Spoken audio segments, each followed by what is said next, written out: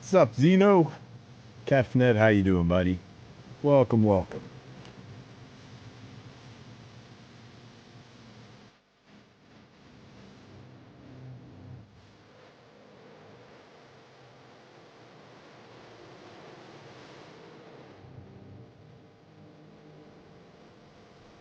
Ah.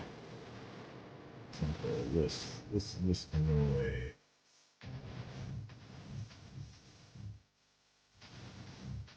How you guys doing?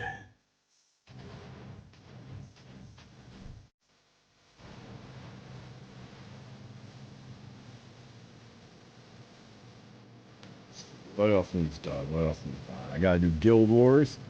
Farming some stuff on Grand Blue while you're waiting for time to get off work. Nice.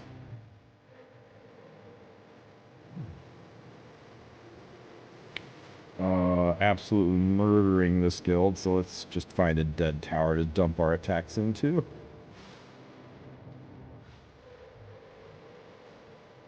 That looks like a perfect opportunity to Luna Cleave. So you, and you. And this...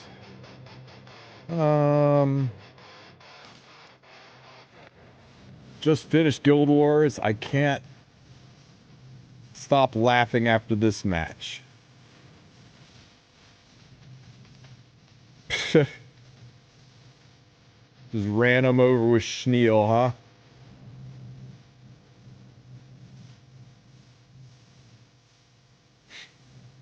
Let's see, what do we do here?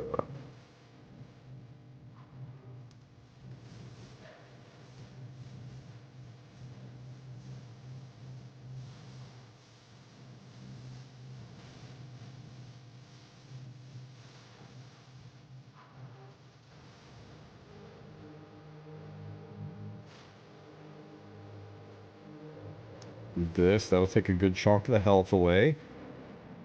And then we push up with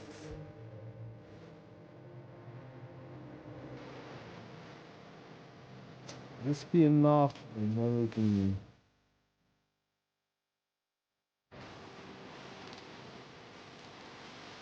I wonder. Stop? Oh, can't stop laughing. Right. I figured it out, man.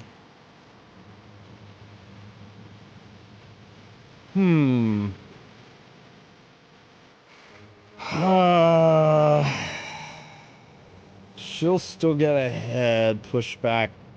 This won't work.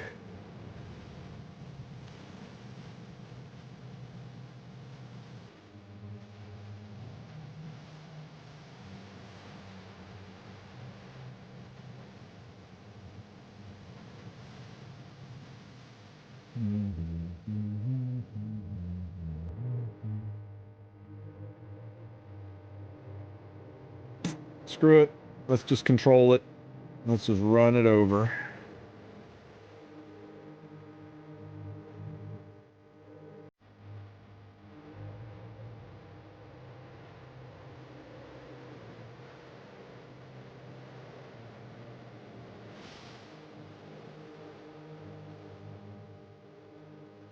And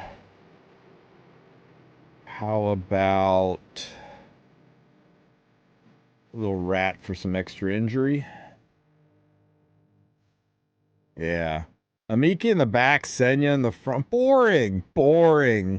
We don't go with boring here. I want to use fun units. We're fighting a guy that's like no havoc if we win. Okay.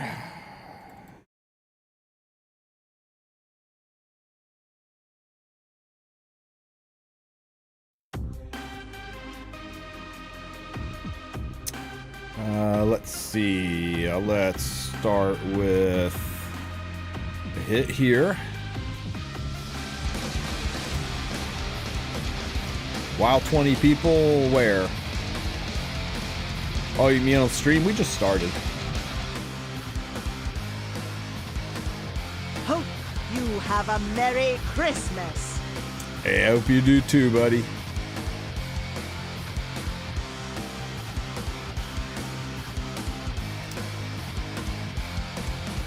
I wonder why that alert didn't pop up on the screen.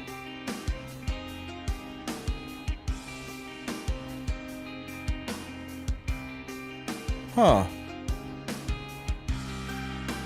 Gwyn Darksign? Why is it hiding that alert? We pause and unpause.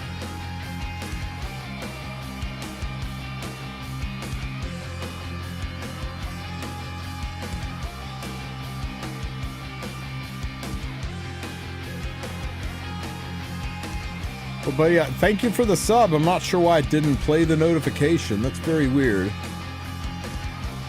But thank you, man. I appreciate it. There's definitely maintenance. I thought the game would notify by now. Nope, there's oh, you know what? We should have a notify by now.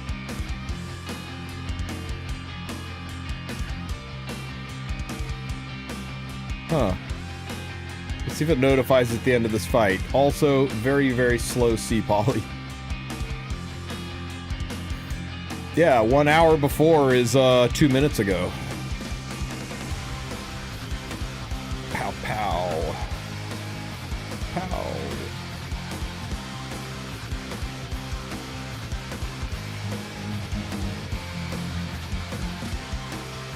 You got the notice, and yeah, I think it's I think it's just because I'm in the middle of a match. As soon as we get out of this, it'll pop up. Everybody go to sleep. Take him to the graveyard, Ray.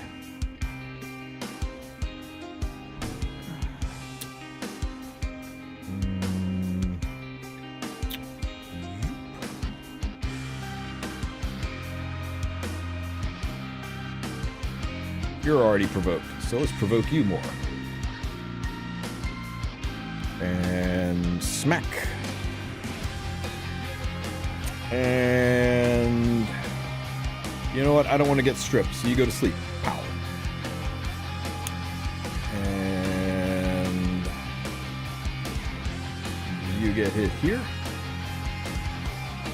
And may as well burn for a little extra damage. Oh, come on. Boo. Who's this go into? Has anyone tried the Wukong S1EE with ML Lua? I haven't. Of course, you know, that would involve using Wukong. Pow. Look, her S3's back.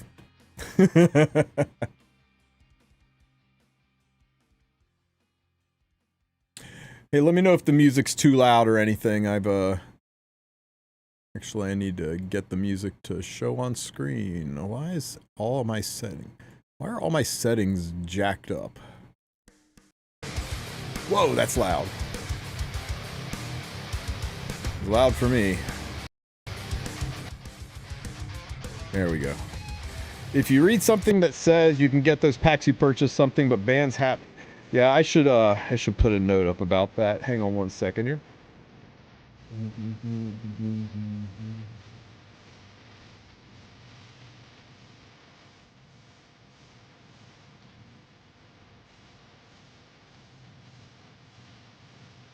They're very, very aware of the issue with the people getting banned, right?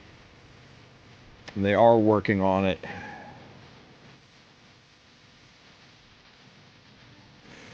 Let's see. Yo, Hez, how you doing, buddy?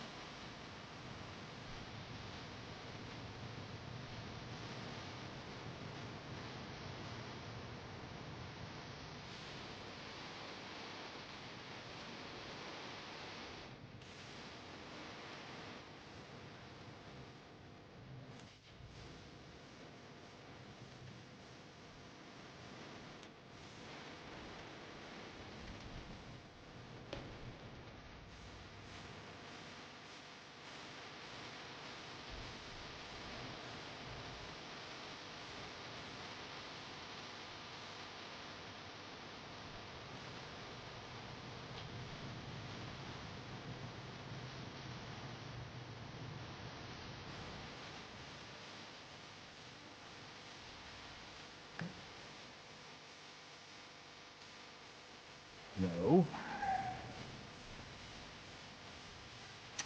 Move this way.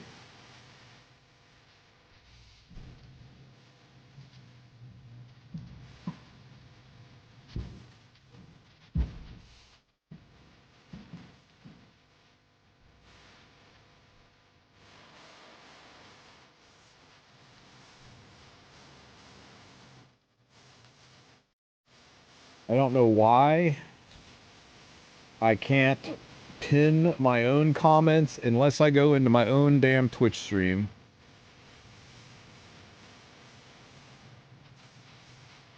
And do it from there.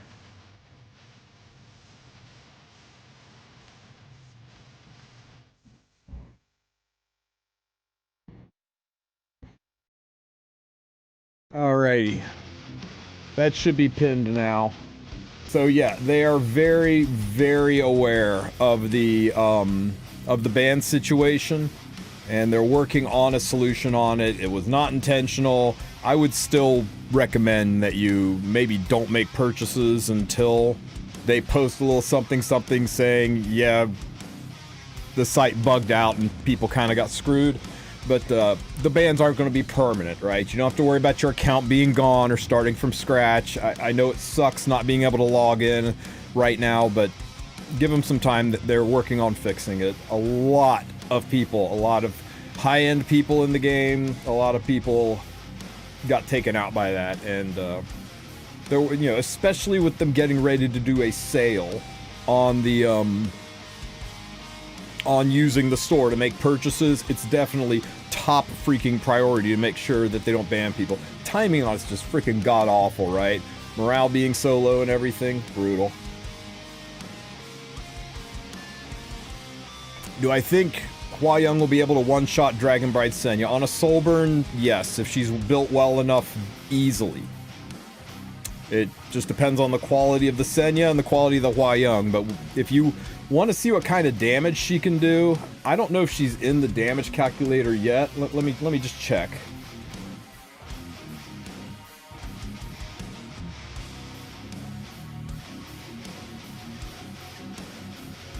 Yeah, she's already in the damage calculator, right? So if you build a 4K 300, which is, I think, pretty obtainable, right? And we run her on probably the newly buffed Sigurd Scythe, and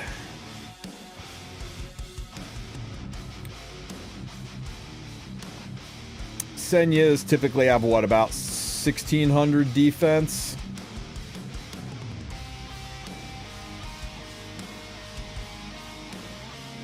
And we're going to put her on pen, because everybody is.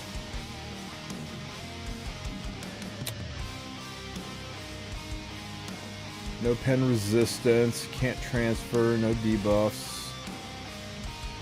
Elemental advantage. So, not many Senyas out there with 36k health, right? On a soul burn, she'll absolutely destroy Senyas. Without a soul burn, she'll hurt them bad enough where most Senyas will die to whatever comes next, right? Mine lives. Yeah, okay. Sure.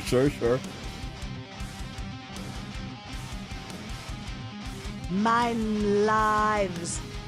But realize, if she's going to somebody that's not dark element, I'm sorry, it's not light element, the damage is like 11k and 14k, which is still respectable. It's not going to one-shot any light units, but for a bruiser to be able to dish that out, and she's able to do this attack 2 times every 3 turns, that's a lot of damage, even if they don't draft light. But you pick a team that's drafting 2 or 3 light units, and she's going to do 36 on a soul burn, and then 25 on another hit. I mean, she's going to be really good. I genuinely feel bad for people that are going to try to play this game competitively without bystander Hua Young in their back pocket. She's going to be a really, really good late draft pick.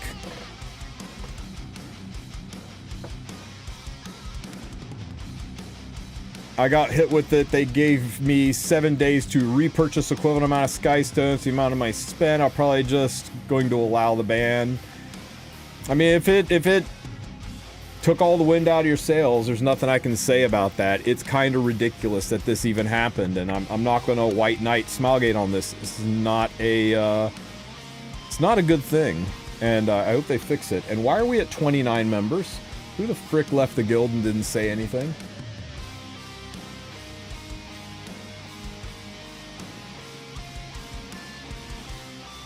Ah, that's right, that's right. Melon quit. Okay. Well, that's easy enough.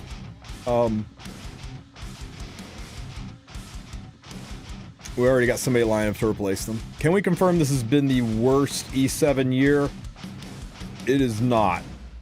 2019 was crazy bad. Every single day logging into the game, it was like freaking damage report.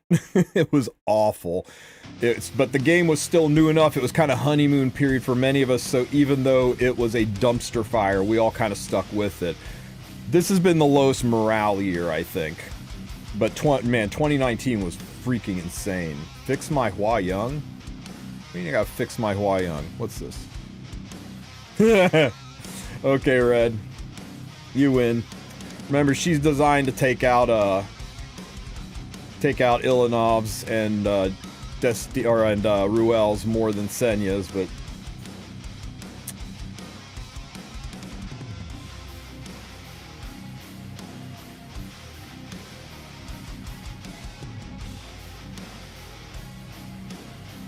there you go. Just need 10 more crit damage. And I got you.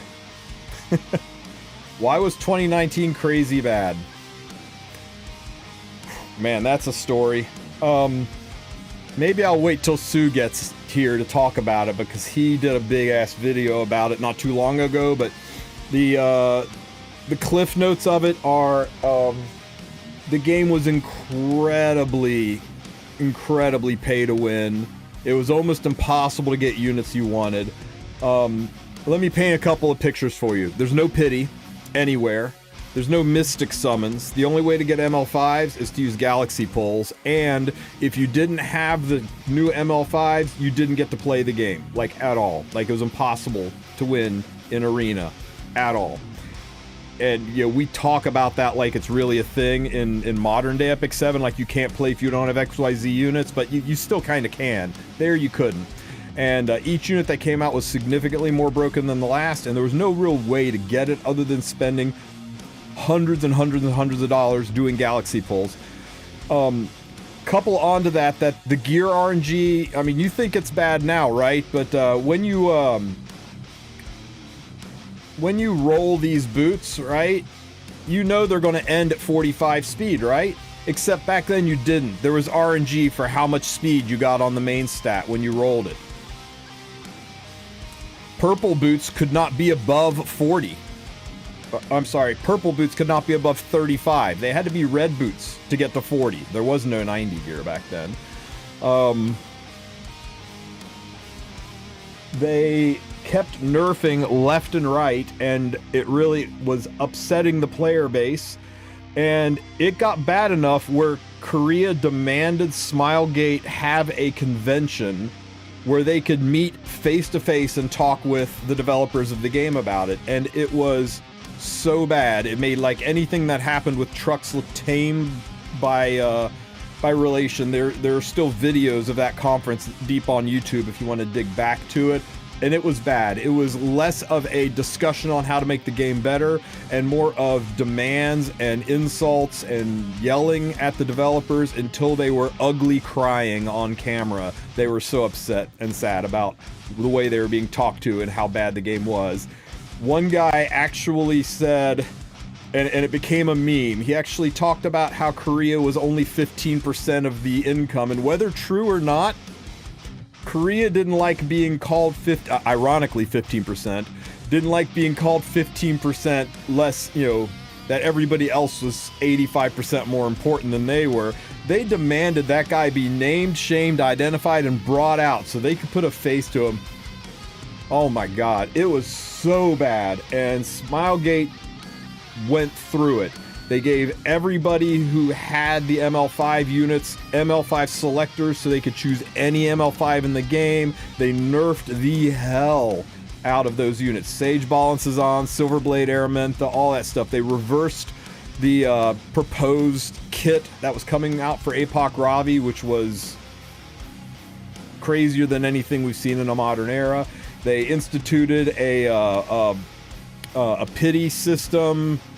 All of this took months to accomplish, and just when it looked like things were getting good, they said, we want a way to auto battle, so they came out with a way to do auto battling in the background with pets, except the way that you did it with pets is you had to use pet snacks in order to repeat a battle. It took one pet snack for every, if I wanted to do 30 repeat battles here, I needed 30 pet snacks, and pet snacks were freaking hard to get. They're an incredibly rare drop that you got from manually farming. So if you manually farmed an entire week, you might get enough pet snacks to auto battle one day. It was freaking insane, and just, it was one ridiculous disaster after another, and I honestly didn't think Smilegate was going to come out of it. I thought for sure this, poor little new upstart game, we all thought we were going to be playing something else, but they kept rolling with the punches. They did balance patches. They did one balance patch that had like 50 some units on it being balanced. They balanced entire zodiac signs.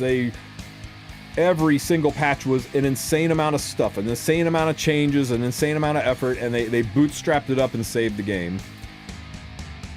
It was wild. It was absolutely wild, guys. What we got now is boring. But at least it's not just a non-stop shit show of apology streams and review bombs, and oh man, what an awful time late 2019 was for Epic 7. We have maintenance later. Maintenance is in about 40 minutes. Yeah, maintenance is coming up, guys. So get your stuff done. Let's see. Let's get rid of my arena stuff.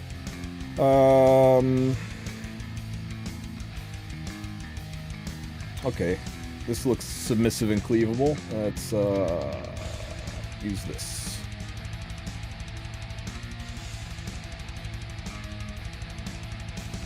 Yeah, manually farming was brutal. Where do we go from here? How about this? I said this. Pow, pow. Water's origin. Okay, how about we defense break you? I'm going to share one of my favorite characters to use on Grand Blue Fantasy.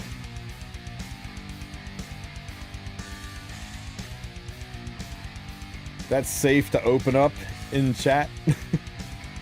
Oh shit, I guess we gotta run this.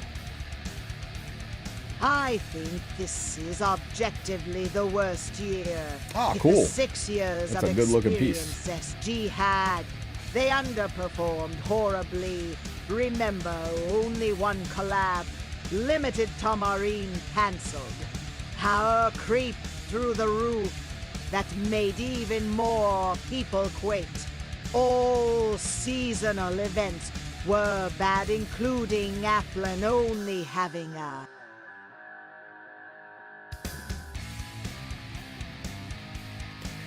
Yeah, I don't know. Last year was pretty rough too. Oh my god, it didn't freaking kill her. Okay, well, this is a whole ass problem. Do I really need to change this into a villager top model? Oh yeah, the Luna artist quitting was pretty disastrous.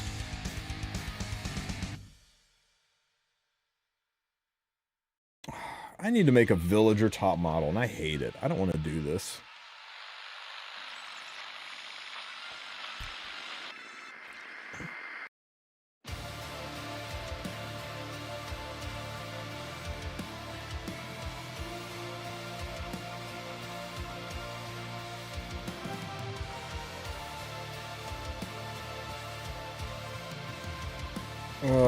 Let's see. If I have to do this, we need to go. How many people with defense on her?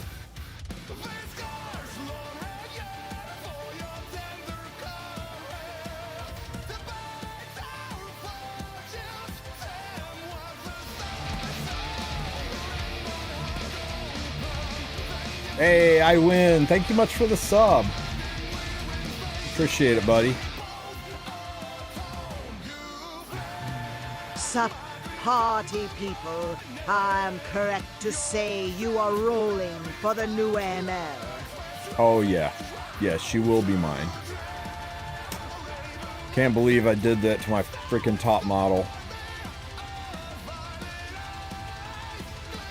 And then we need this right here. Okay. Now we just win. I'm glad you like it, anime. I'm glad you like it. Is the skin pack worth it to buy? Where can I get them?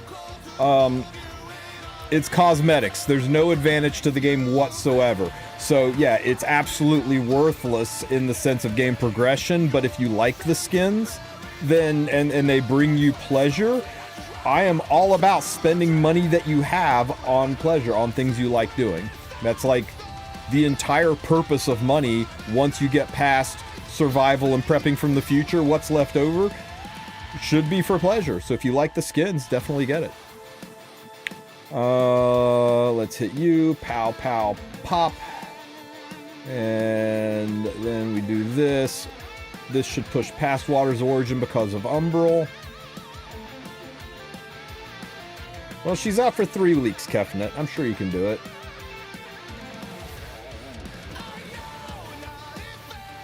Why didn't it push?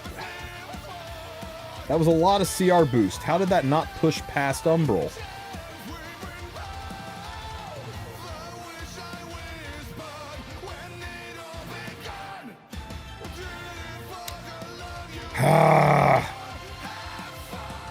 Okay.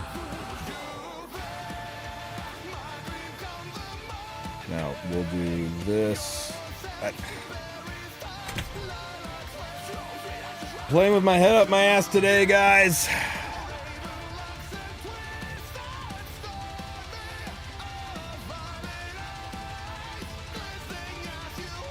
How many bookmarks I got? Oh, 6,000 and like 10k sky stones. I should be fine.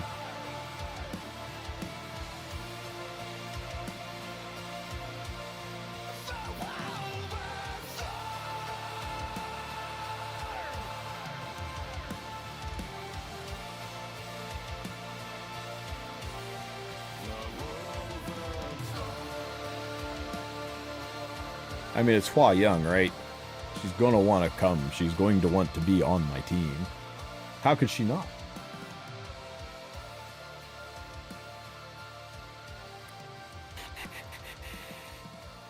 Where'd my mouse go? There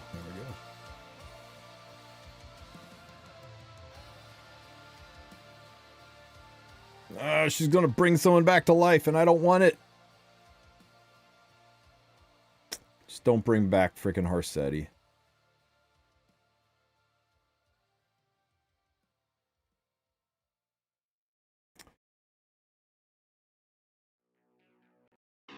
I fooled her. I actually wanted her to bring back Harsetti, right? Yeah, that's the ticket.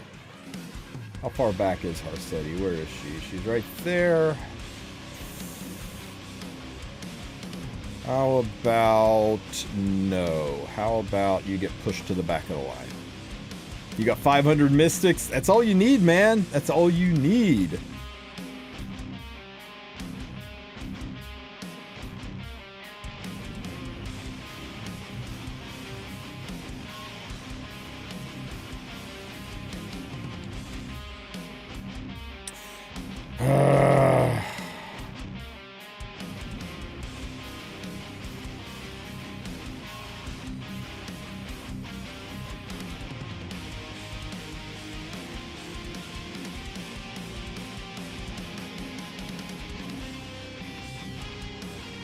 Do I know how long ML Hua will be out for? I'm scared. She comes out tomorrow, and she'll be out for 3 weeks. So you can just type in 3 weeks from tomorrow. So she'll be out until January 9th.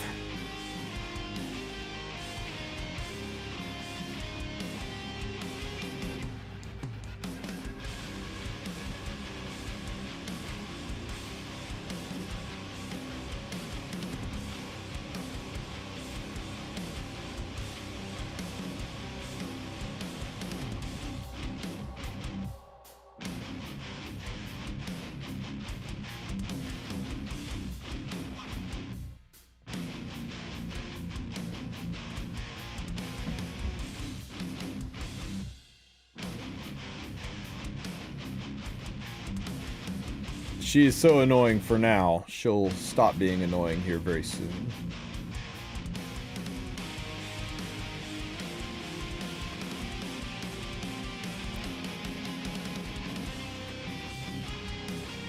Get fucked, Ruel! And by get fucked, I mean survive one more fight. Oh my god. If this doesn't kill her, I'm going to be so upset. Have you experienced getting early back-to-back? I'm usually pretty lucky in this game. Not always, but usually.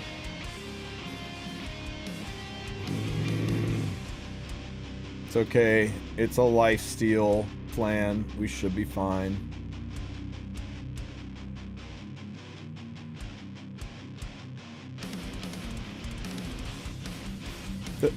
Does Smilegate does massive balance patches, or do they prefer to power creep old units? They actually kind of alternate, where we have really, really big balance patches, and then, much like this last one, kind of minor, slow balance patches. Balance patches are typically about taking underused, underutilized units and finding places for them in the game again. Sometimes they absolutely break them, like with Mort, and other times they kind of just give them a nudge that doesn't really do anything, like what they're doing with Chloe.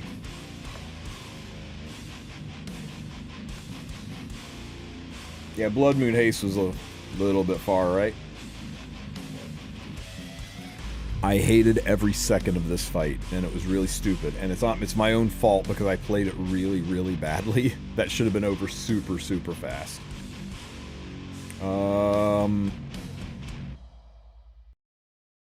Like, this one shouldn't be a problem.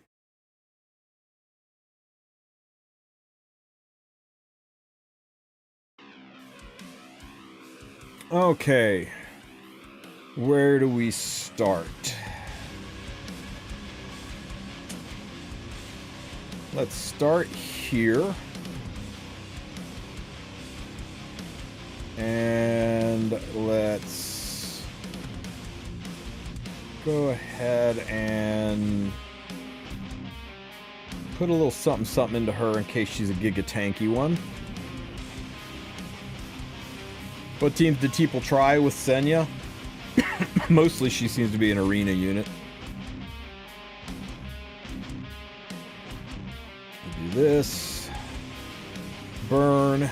We kill Mort because we're a villager top model now and we can do tons of damage, right?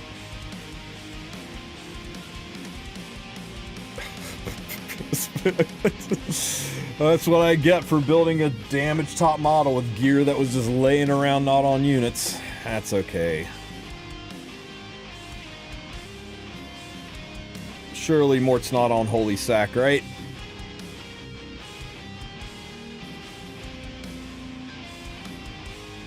Yeah. Getting stepped on would not be as bad as letting her strip Melissa, so we've got to kill Harsetti.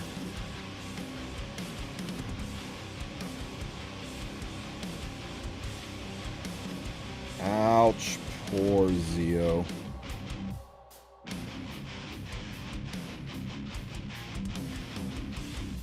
And he misses all the fire units, right? Well, no, you know what? He crits the fire unit by, because why not? And now we do this. It's okay. Melissa had immunity, so she ain't scared. We should still come out ahead on this. Ow. Ow. Okay, who's first? We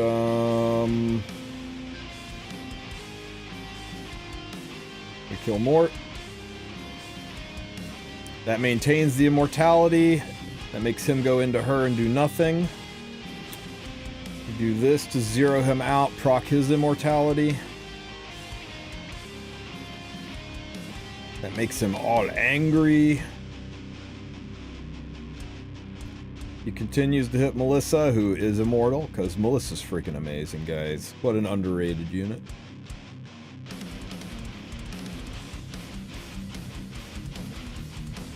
And then we do this. That lets us keep immortality yet another round. And now all we have to do is murder this child.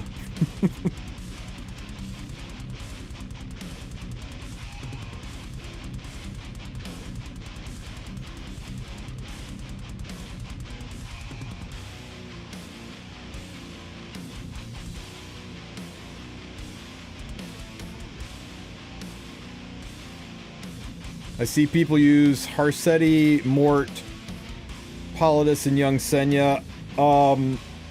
Drop Mort and put in Abyssal Euphine and you've got an actual real defense.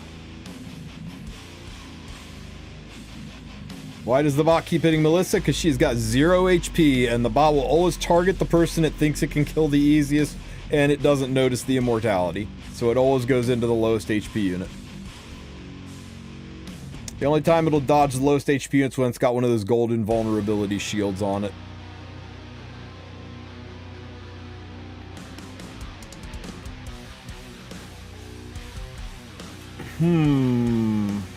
This one looks stupid easy to beat, so let's do this one.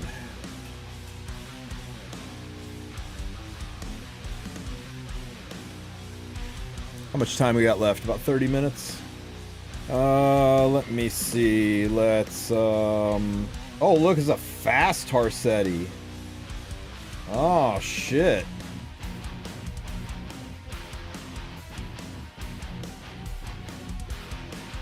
It's a fast BBK, too.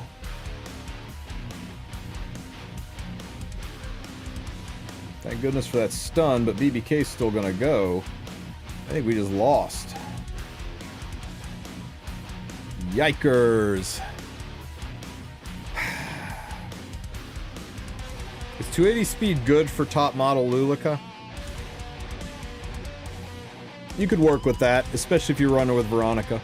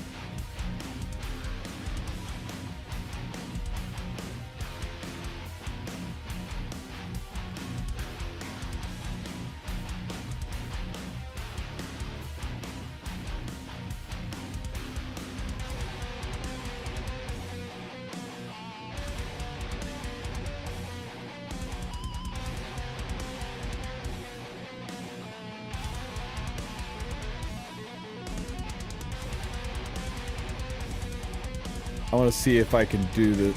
Can I do this with a fast one? I'll hit this, push back. I still need one other unit to go. Doesn't work with a fast one. Is there any world where I can just... He'll go off, which will piss her off, so I can't use him.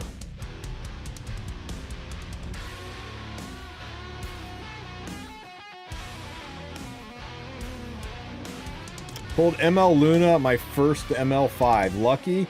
Yeah, I don't know what to say, Anemia. I mean, congrats on winning the game.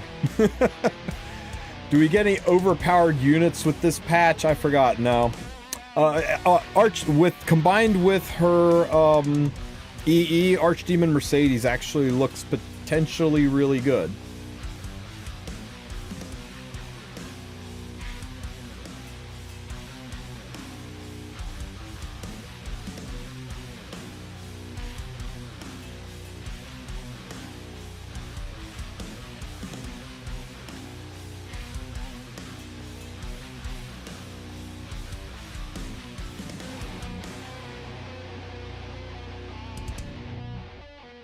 Ow. Calm down, Mort. Stove comments while he's happy. They were happy, right? Stove was happy.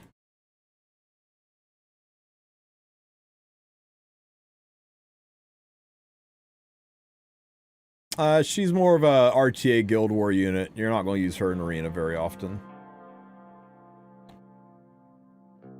Okay. Do I need to burn this? It's a big old defense break. He's like at 40% health. I don't think I need to burn this. When is Stove ever happy? That is the freaking truth. Ah, it still wasn't enough souls to burn Melissa. Oh well. Don't 15% me, give me a curse.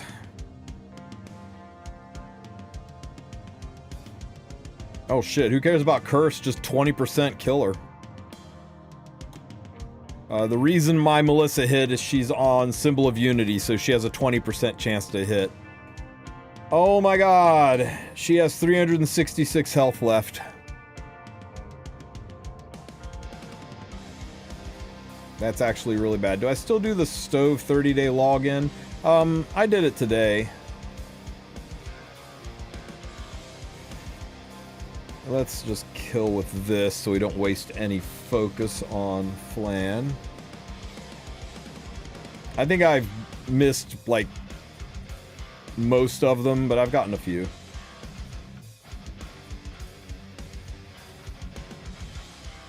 No bullying!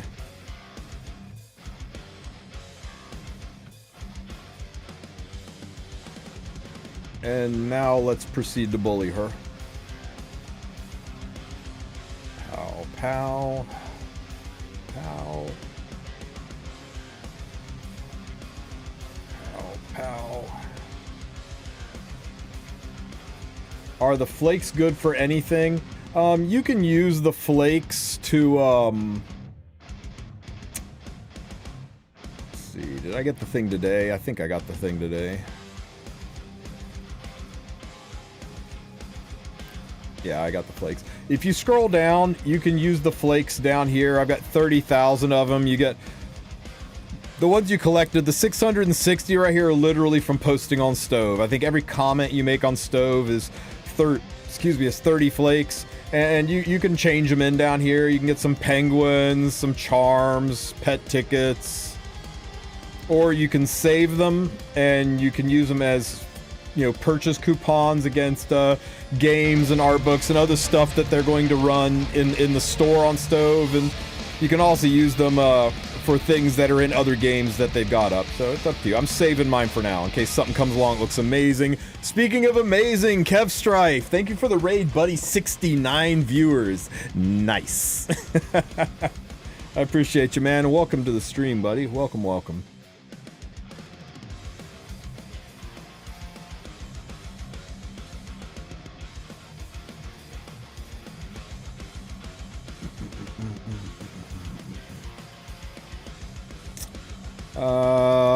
Guys, should we fight Mort BBK Harsetti Senya or should we fight Mort BBK Harsetti Senya? I can't quite decide. Or oh wait, wrong button. Or do we say fuck it and race? I say we race.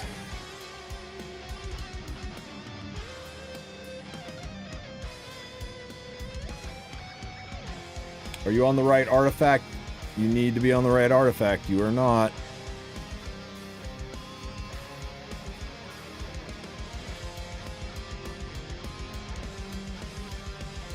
Alright guys, let's race.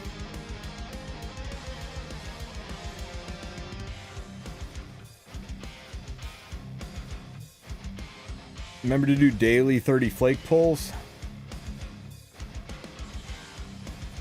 Maybe. I don't know. I don't know if I could be asked for 30 flakes. Alrighty then.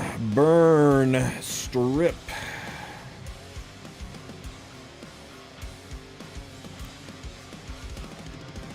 Let's go.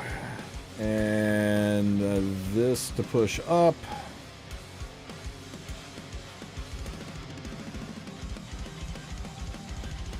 And get me my souls.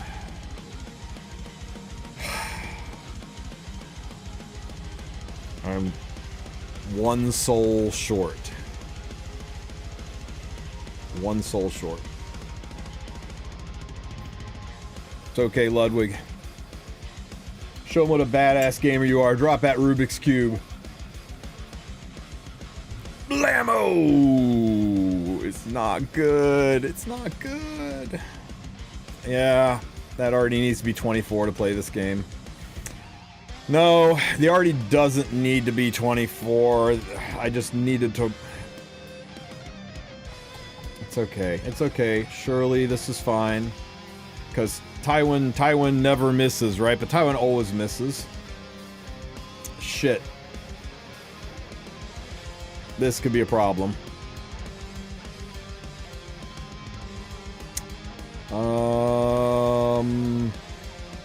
Left to right, so we don't get rid of the provoke because it's nested all the way back. We're going to get rid of the speed buff. I mean, we need to cleanse what we can, I guess, but this is looking pretty doomed. Now into... Not Vildred! Not Vildred! Shit!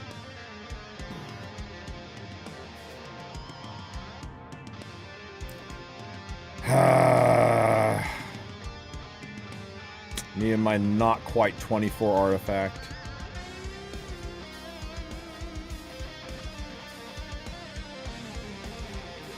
What if... What if...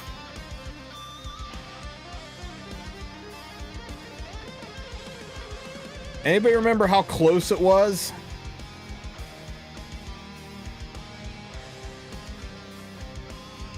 Anybody remember how close it was?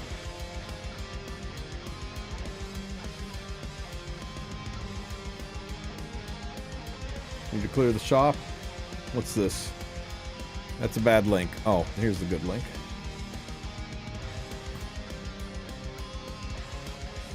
Okay. You can get 3,000. I thought you said 30. 3,000 leaves or flakes is not bad.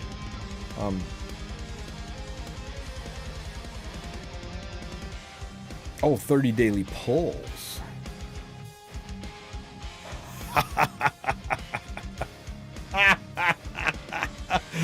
Oh my god, that is a 290 speed sea Politis, guys.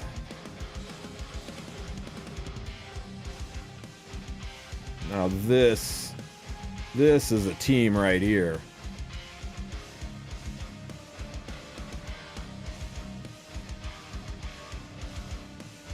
I didn't get the arena promotion reward, but already received 5,200. Does that count only by rankings, not by trophies? It's, you've got to be at the point threshold and in the top rankings, right? So 5,200 is, I think, top 5,000 players. I'll have to look it up. But if there are that many players ahead of you with higher points, you don't get in. You got to have both.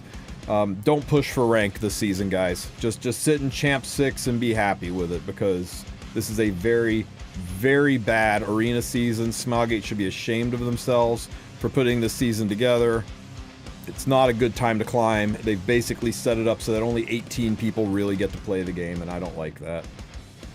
Just do your dailies, get your stuff, and hopefully they fix it next season, which is what we hoped last season. Okay, who gets stunned?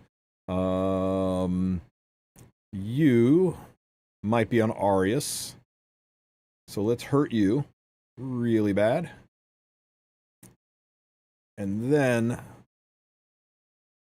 watch the better Ludwig do his work here. Oh no, she could possibly strip me.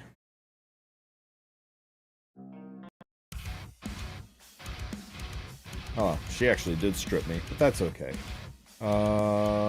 Let's boink you with the pool floaty of death. Oh, I wanted the pool floaty to kill. Managed to get to champ 3, but I need to hoard a ton of flags to climb for. Don't bother, man. Don't bother. Trust me, right? I climbed up to Emperor 2, and as soon as you get anywhere near champ 1, Emperor 2, or sorry, champ 1 or the threshold of Emperor, the guys up top all focus farm you to keep you from climbing up because you can't hit them back, right? You can revenge them twice, but then you'll never be able to see them because you can't see people that are 2 ranks above you. So they're totally protected, but they can see you and push you down. And all the other people that think they have a chance to climb up will also be attacking you because they can't see the higher ups. So you guys will be stomping and stepping on each other to try to climb up while the top are just dropping long bombs into you instead of hitting each other and sitting in their ivory palace of untouchability. It's god-awful bad. Is the pin message broken? Is it?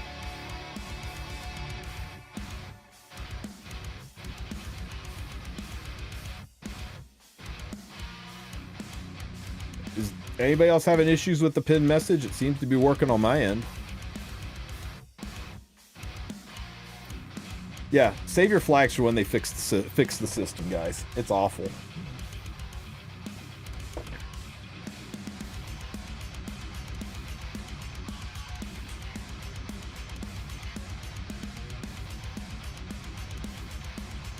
God bless. Still people running cleavable teams. Yeah, it's not possible. I did it. I spent 3,000 sky stones getting into Emperor just to like send the data up to Smilegate. It took me less than 48 hours to get knocked back down to champ 3. Just don't do it. If you're doing it for a sky stone push, you're trying to get your sky stones in, do it the first week when season starts again.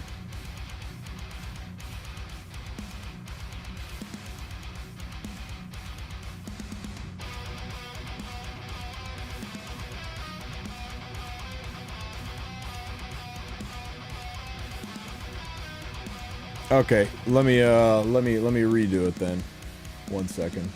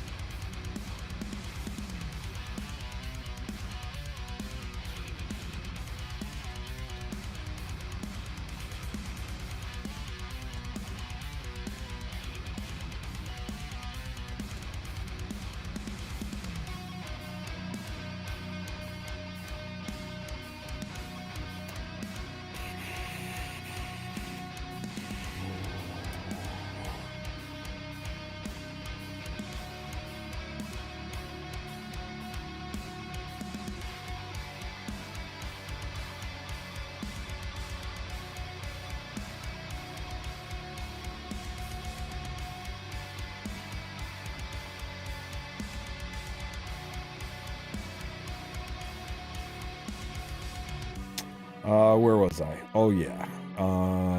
You push everyone up. What's the best artifact for Sea Fan Apollotus if we don't have Spatiotemporal Fan? I assume you also don't have Miss Confile. You could run Elysiac Candle for chances to defense break. You could run what's that artifact called? Unfading Memories to get a additional souls. You could run Song of Stars for a target debuff.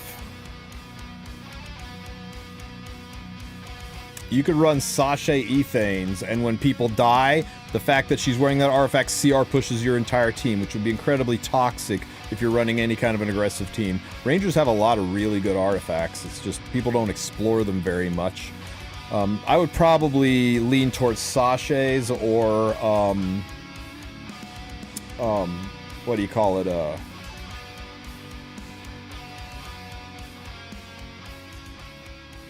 I don't know if I'd run Spacio. There's too damn much RNG with it. Yeah, I think I would run Sasha's, to be honest with you. Rosa Hargana? Maybe. Maybe.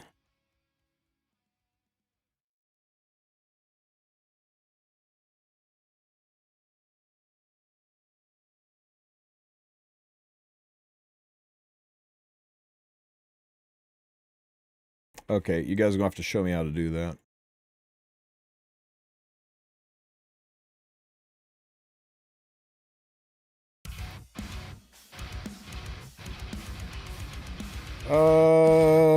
You get stunned.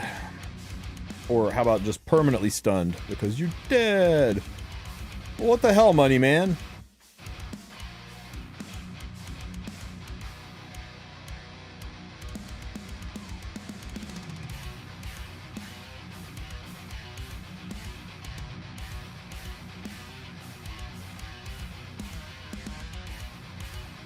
Unseen Observer. That's what I was trying to think of. Unseen Observer would be nice for additional souls. Yeah, I would either go Unseen Observer or Sasha's. It just depends on whether or not you think you're going to need the souls or not.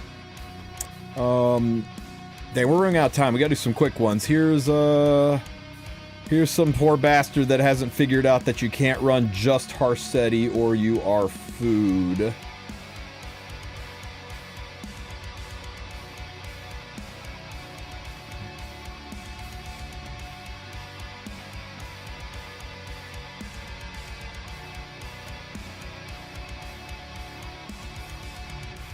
Thank you for the free easy points. Yo. This one's a little weird. See what happens. I like Alencia for going into Senya. With the injury and the single targets, I think she's an easier run into Senya, whereas Mort is more likely to piss off and trigger Senya. So for quick battle teams, yeah, I like Alencia better than Mort. For RTA or manual stuff, Mort's pretty damn good. Let me see. Clean up the rest of the stuff. We get points here. We get, I guess, point here. We're gonna pick that up next week. What are we on stamina? That's fine.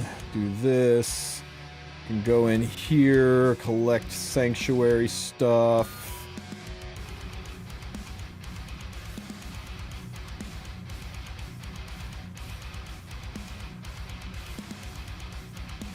Never get those.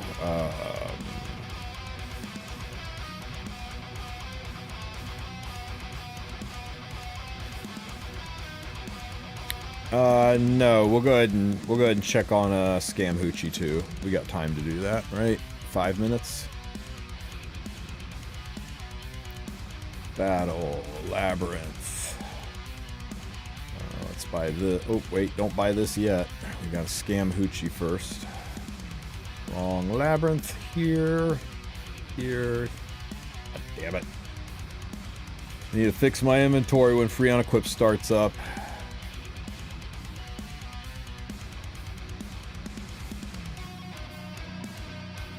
What do you build do I think would be good for ML Hua? Don't put anything in defense. Try to keep her in the 160 to 190 speed range. Try to get her north of 15k health. And try to get like 4k 350 attack. 4k attack. Sorry, 4k attack. 300 crit damage if you want to really be able to take things out. I'll try to build her on Fribbles when the game goes down. We'll see if we can do that. Yeah, Free on Equip's already up. Yep. Let's see. Battle here.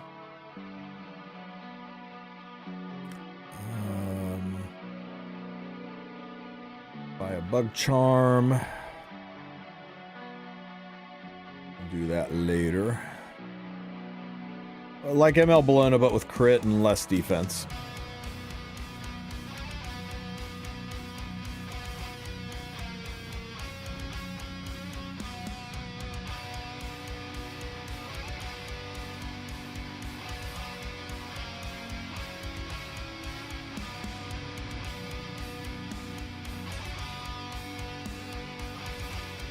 Okay, we'll just leave this here for a second. Let me fire this up real quick.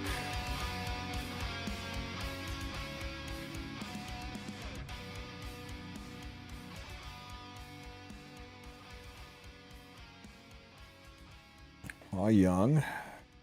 We'll run her on a Sigurd Scythe. Mine will be at least an A imprint. And let's see. Let's shoot for 4,000 attack. And at 4,000 attack, she gets 40% of the attack as defense.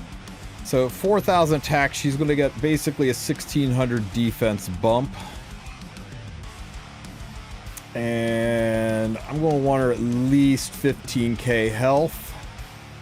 Let's just go for the 100% crit mark. Yo, Hez. What up? I'm seeing if I can build me a Hua. And let's shoot for 300 crit damage.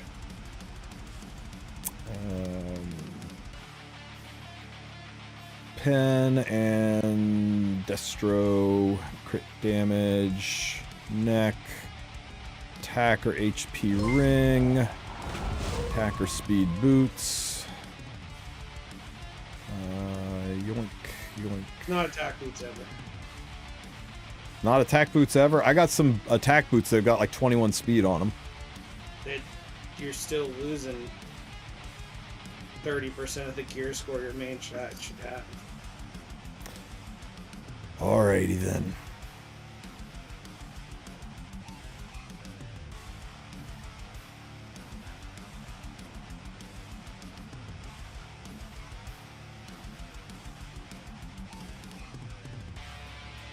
Did I show you the one I was looking at in Fribbles earlier?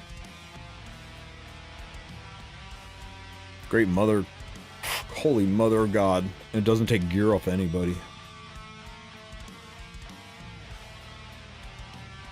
You think 15-7 is enough to keep her alive?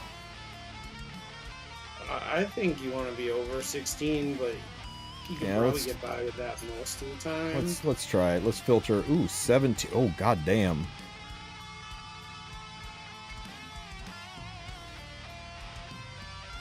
I think I found my build, Hez. The only unit I give a rat's ass about that it takes gear off of is Celine, and she is wholly replaceable. Can I swap gear during maintenance? No. I can look at theoretical builds, right? I can go into the builder and I can try different gear on units to see what it looks like. But if I hit change, it'll kick me out of the game once we're in maintenance. Ooh, wrong button. So let's see this build. It's 4K 328 with 17k health, still at 170 speed, hair overcapped on crit. I mean, you know, I could apply some mod gems to it and probably go a little bit deeper, but I think this will work, and it doesn't take gear off of anybody. I mean, doesn't take gear off any real units. I mean, who uses Rylet anymore? Savior Auden, I rarely go for, and I can change her gear out to something better. Stenny hasn't been playable for a while, and I can replace that Celine neck. Yes, you will want more health, guys. There are the defense is insane, but it's not going to be enough to keep her alive. There's too many pen units out there. You're going to want, I think, at least 15k health, right? If you're going to build this unit without any stuff in the game, right? If you're going to do this in the in-game fribbles, you know, set it for destruction set, pen set ideally, or destruction set, crit set. Try running it both ways in game, see what you can build. And as for the slides, kind of position your slides maybe a little bit like this, and play with your Destro slide, with your HP slide, with your attack slide, and try to get at least 15k health, at least.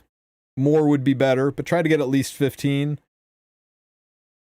Move your defense, ER, and effectiveness down. This is like the in game, right? In Epic 7 slide. Like if this was Hua and I was hitting the wrong button. If this was Hua, I would run it like this. This, that down, this up, that alone, this up, this down, this down. And I would try running this in a Destro. And first I would try pen. And if I couldn't try pen, then I would try crit and see what I could build, right? And if you do this and it says, 12k health, start pulling some things down. If you have to. It's dead Huas don't kill anybody. So make sure she's tanky enough to take the hits. You want at least 15, ideally 16 plus on the HP. Don't worry anything about the defense because 40% of her health, of her attack, will go into her defense. So if you've got 4,000 attack, that's basically 1,600 defense going into your unit. And, hey, Sue, thank you for the raid, buddy. Welcome, man. Welcome to you, too. So this is kind of how I would set up the in-game slides. I'm sure people are going to tinker around with counter set. Maybe Unity set might actually be a weird tech for her. I don't know. She's not even out yet. We're not married to it, but I'm thinking Destro Pen with a little bit of speed on her is where I'm going to kind of want to run her. How's my mic sound, by the way? It's not like picking anything up, right? Because like Discord's telling... You're a little echoey. Yeah, people are telling me it's looking like it's peaking slightly, but I can't figure out why. I don't hear it peaking, but you do have a little bit of an echo. Hatsuma, thank you for the sub, buddy. I appreciate it. You don't need Unity when you can drag her with that. I've been away from Epic 7 for too long. Tristen has a better bruiser build than me. Dies of Yeah. That's what happens. Something's not right with the world when that happens, right? Well, if I read those tiny numbers correctly, that says 461 GS, doesn't it? Well, it's actually like 459 because she's overcapped by 2% crit, and Fribbles counts that in the gear score stupidly. Well, yeah, because build score is what you use instead of that. But the build score also includes the fake. The passive stats you added in there. I just like that I can build this without taking gear from anybody. Is this still as echoey? Is it slightly different? About the same, a little less echoey. Okay. Is it like chat? Does it sound different than when I was on stream? I can't really tell because I have no feedback in my ears, so I can't hear myself. So yeah, guys, how does Hez and Sue sound to you guys? Yeah, I can switch back between the different modes here. People saying you sound the same. You definitely want 100 crit on Hua because you're gonna hit more than light units. All right, we'll leave it like this. Correct. Yeah, remember, although she nukes into light units, she still does good damage, and people are going, as soon as Hua enters the game, people are going to last pick some RGB units, and you're going to want to be able to deal with that. And as we saw from the damage calculator, this is see, my Hua is 4035. No, you gotta put the Sigrid in there. So hang on, 4035 attack, and I am 328 crit damage. 4035, and you need to times it by 1.2, Tristen. I don't think Sigrid is updated correctly. So you think this isn't reflecting the current numbers? 25%, but I tell you what, let's just not leave it in there for sake of argument, right? I'm doing on a soul burn 40k damage. Nothing in the game, not nothing, but not. Tristen, is you actually have more damage this way. I know. That's what I'm saying. I like even without it, we're doing 40k damage, and I'm doing 28k. But this is into light units, right? If it's not a light unit, look how bad the damage drops. It's 12 and 16. And people are like, oh no, now she won't kill. Not a lot of shit survives 13k hits. How many RGB units you got that a 13k hit's not gonna freaking cripple it? Sure, Morts and Senyas are gonna survive, but they're gonna lose damn near half of their health. And she can do the S3 every 3 rounds. And if her S2 procs, it'll do her S3 a second time. So you can basically dish out 13k damage into RGB twice every 3 rounds. God forbid those poor bastards are light. And if Hez is right, and I get an additional 20% from Sigurd's Scythe. Yeah, well, what you want to do, Tristen, is you want to set it to no arty, and then do the calculation. Sure, okay. Let's because the proc version of Sigurd's Scythe that exists now is actually more increased attack. Yeah, it doesn't change the numbers, did it? Yeah, so then they don't have it set right. So wait. 43.5 and hang on. It says 31,945. I put Sigurd's in. Oh no, it's in there. Yeah, it's calculating. Yeah, but that's actually higher than what it'll actually be. Because the proc version of Sigurd's, like the current version of Sigurd's, is 25% when you're below half. The new version's only 20%. Do you see that, Sue? If the enemy's defense broken, 93,000 damage. Yeesh. Oh my god, run with Senya. Get your dual attacks in. Oh my god. Can you imagine this unit with the original Pirate Captain Flan changes? No. Don't speak no evil, Tristen. Oh my lord. So like, yeah, it's already bad enough, man. Like, Tristen, your actual attack is 48-42. Okay, so let's try that. 48-42 with no artifact. And let's get the silliness off here. So 38k damage. It's probably the flat attack that's on the artifact needed to be factored in. That was 90k when they were defense broken, dude. But the flat attack from the arty is already calculated by the Fribbles number. Ah, valid. And before somebody asks it, she can't be sealed. Luna does nothing against her, just like you can't seal Sylvan Sage Vivian when she's got focus. Focus, fighting spirit. I was getting confused on those two. You cannot debuff this unit.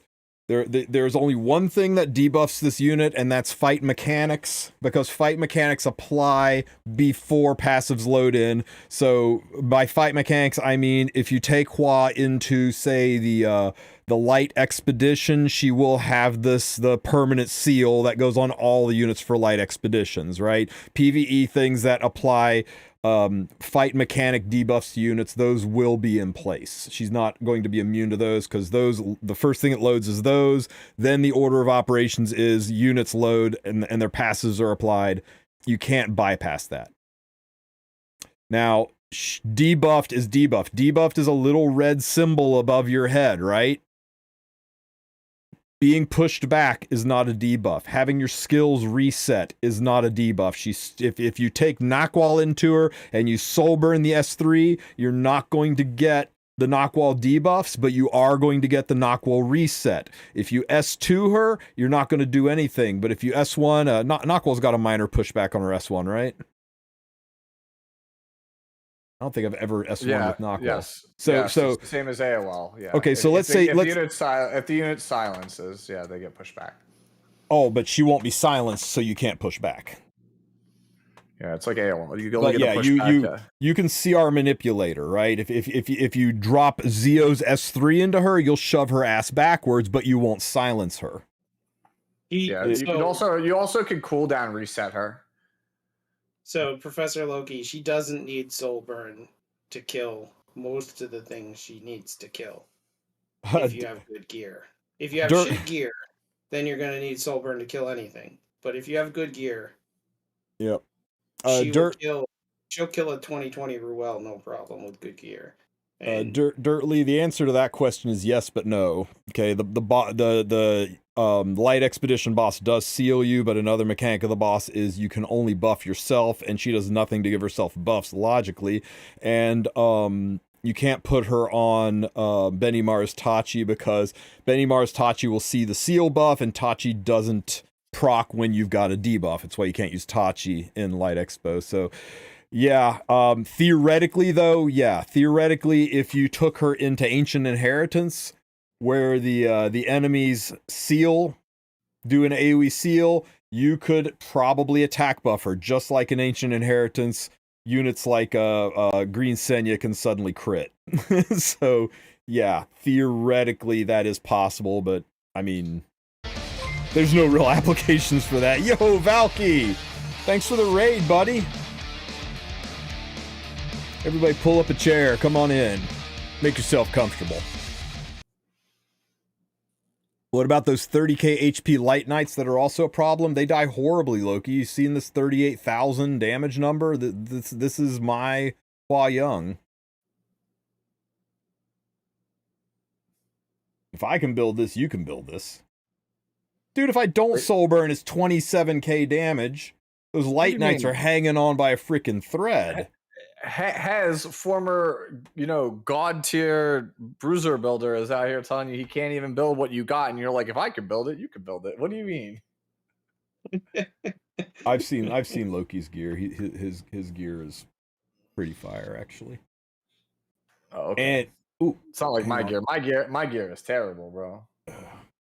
Killed my display screen there for a second. It's actually funny. I see him in chat here. I remember there was a time where I thought my gear was kind of good, and then it's when I was just starting to pay attention to high level, legend level RTA. AB was talking to Elmage, and AB was like, "Bro, if your Radit's not 450 gear score, it's shit." And I was like, 450? I can only get like 400. And that's when I knew that I was like, we're just not there. We're just never going to be there. How much better is she than LQC? I mean, against light units, she's significantly better. Because remember, LQC does her thing versus dark units. Hua does her thing versus light units. She is in a roundabout sort of way, the way LQC was originally made to be an answer to all these super tanky dark units. Hey, Ravi. Hua is coming out to be an answer to all these tanky light units, predominantly Ruel and Empyrean Ilanov. Why are you using her skinless? Because her base skin is significantly better than her ML skin. Significantly better. Her ML skin is nice. Why did my screen keep going black? There we go. Her ML skin is nice, don't get me wrong, but the color scheme of this is beautiful, and her voice lines in this are all aggressive and angry and screaming and yelling, and her voice lines in this are all, how about we have some tea and agree about how I'll bunk you on the head. I hate it. I hate her new skin voice lines. So I run the better skin. That's fair, I guess. But you run the skin that you like. There are precious few ML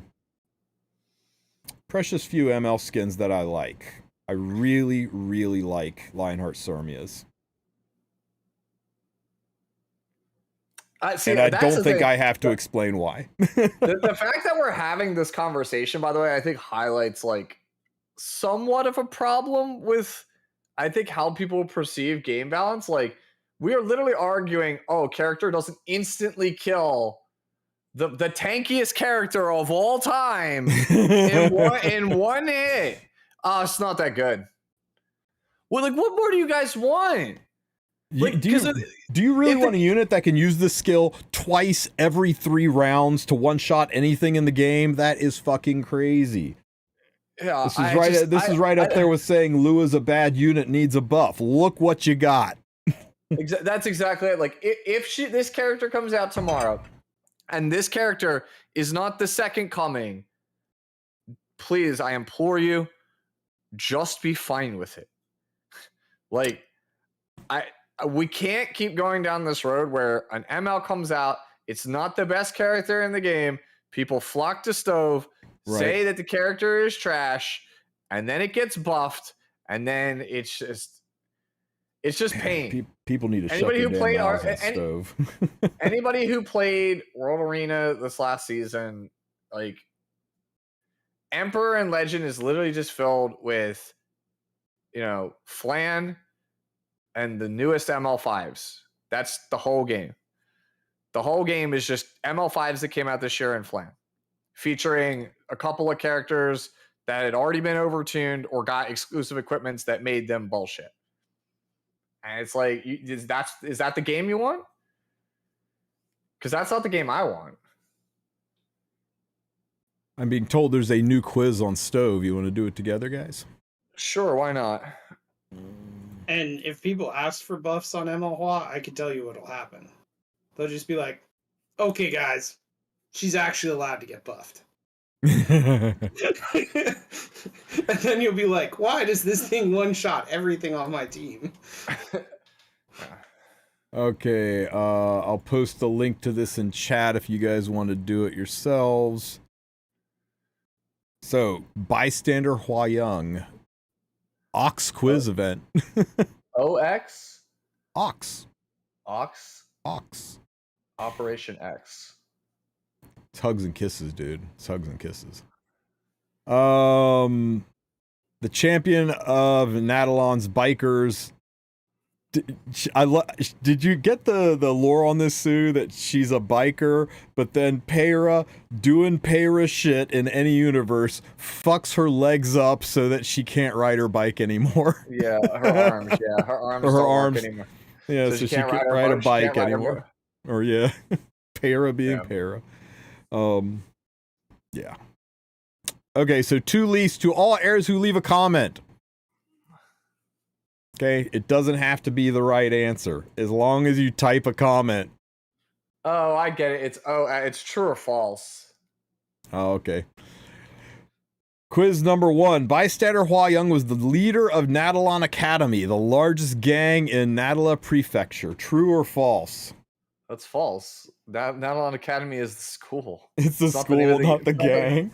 It's not the name of the gang. I don't know, man. Nadalon Academy sounds like a scary freaking gang name to me, man.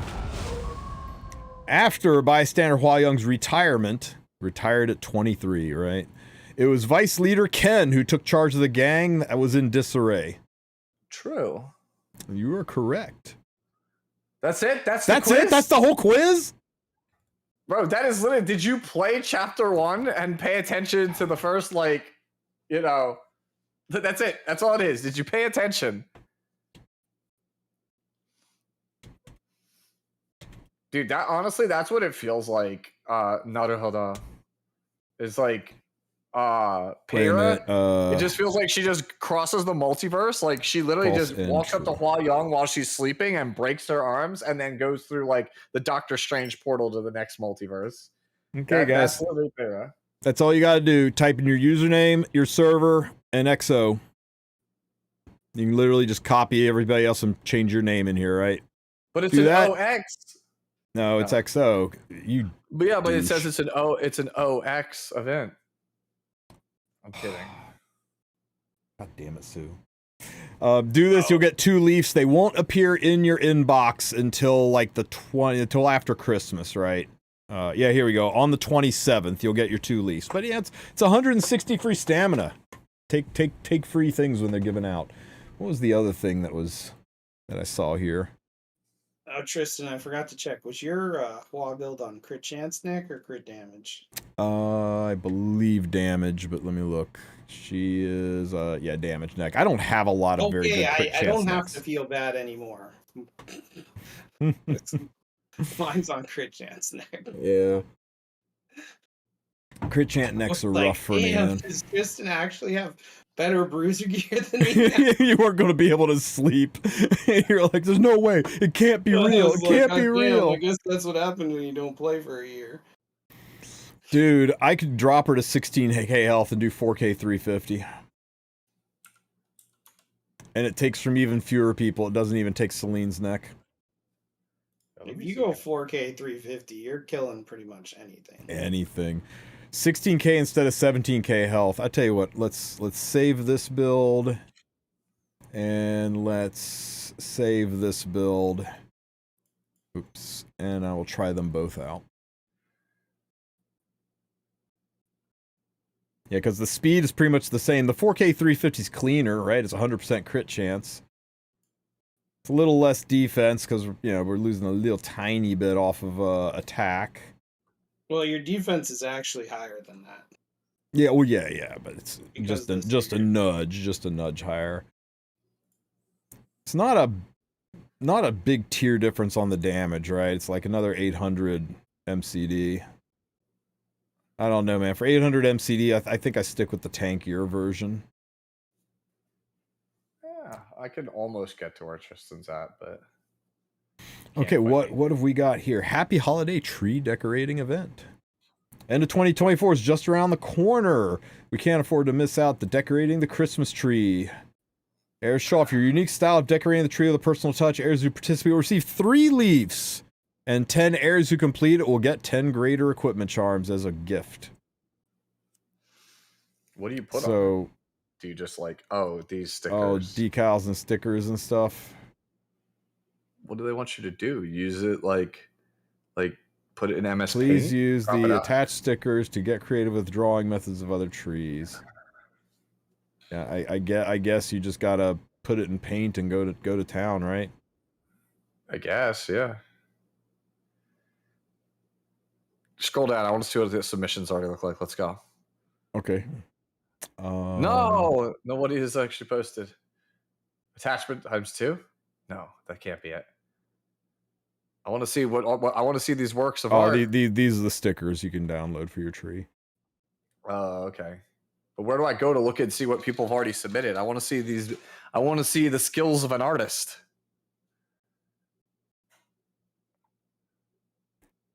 You're just gonna have to wait, man. Post 0. Too much effort for 3 leaves? Yeah, dude. Should give you 1 galaxy summon. Hey, man, it's a chance to win 10 charms, man. What? No. Yeah, that's like nothing. Right here, man. It's 10 greater charms, dude. They're greater charms. Yeah, I'm still not doing it. Still not doing it. All right. Dude, like any other game, if you had to do this, they would give you like 5 summons or like a multi. Not to say that E7 is not like free to play friendly, but like the web events are just like, what is this? Like, what? Leave the what tree blank. You can legit just post the blank tree, and you will still get your 3 leaves. We'll put 1 Mulligora as the star. Do you not put anything? All participants. You could just post the tree picture and get 3 leaves. Not even kidding. They don't look at it and vet them. They look at anything that's got an attachment, and the bot spits out the leaves, guys. But, you know, be creative. Get your shot to be a winner, right? Right, Mr. Steelcar? Right? Like, that's the one thing I'll say. I'm not, like, real big on Bondi's gacha games, but they're real good about Christmas. Like, when you log into a Bondi game, like a Dragon Ball game on Christmas, it is the best feeling ever because you wake up and it's like, bro, you want, like, 30 multis, you want like an SSR selector, right? You want like all these crazy banners that cost like half off and have like absurd rates, but only for 1 day, and you're just like, hell yeah, sign me up. And you walk out with like the most ridiculous shit. You call your friend, be like, yo, what did you get? And it's like, oh, dude, I got like the 6 best units in the game. How about you? Oh man, I only got like 4. Like Christmas is so magical in the Dragon Ball, like the One Piece games. Just because we just had the announcements of all this content update and stuff, that doesn't mean this is it, guys. I suspect there's more to come. We always get a little special something in our inboxes on Christmas Day. I suspect they'll probably toss out those friendship artifacts or some kind of special artifact for New Year's. I think we'll get more stuff. But anyway, Yeah, let's just talk about the content, right? What if they gave everyone a Dragon Bride Senya for Christmas? Just saying. Especially after they screwed us, on the Headhunt event. Yeah, us. Yeah, us. It's the least you could do to us, our community. Okay, this is gonna take a while to go through, guys. So just bear with us while we watch this 1 minute long summary. 35 seconds. 35 seconds long. It's getting shorter. It used to be like 3 minutes for a 1 minute summary. Now it's half a minute for a 1 minute summary. Is that Valencia as a snowman? I guess, but dude, the snowman on the right is the real winner, dude. The Mort snowman. Oh my god, I never saw that. Holy shit. That's fucking great. You didn't see that? No, that's amazing.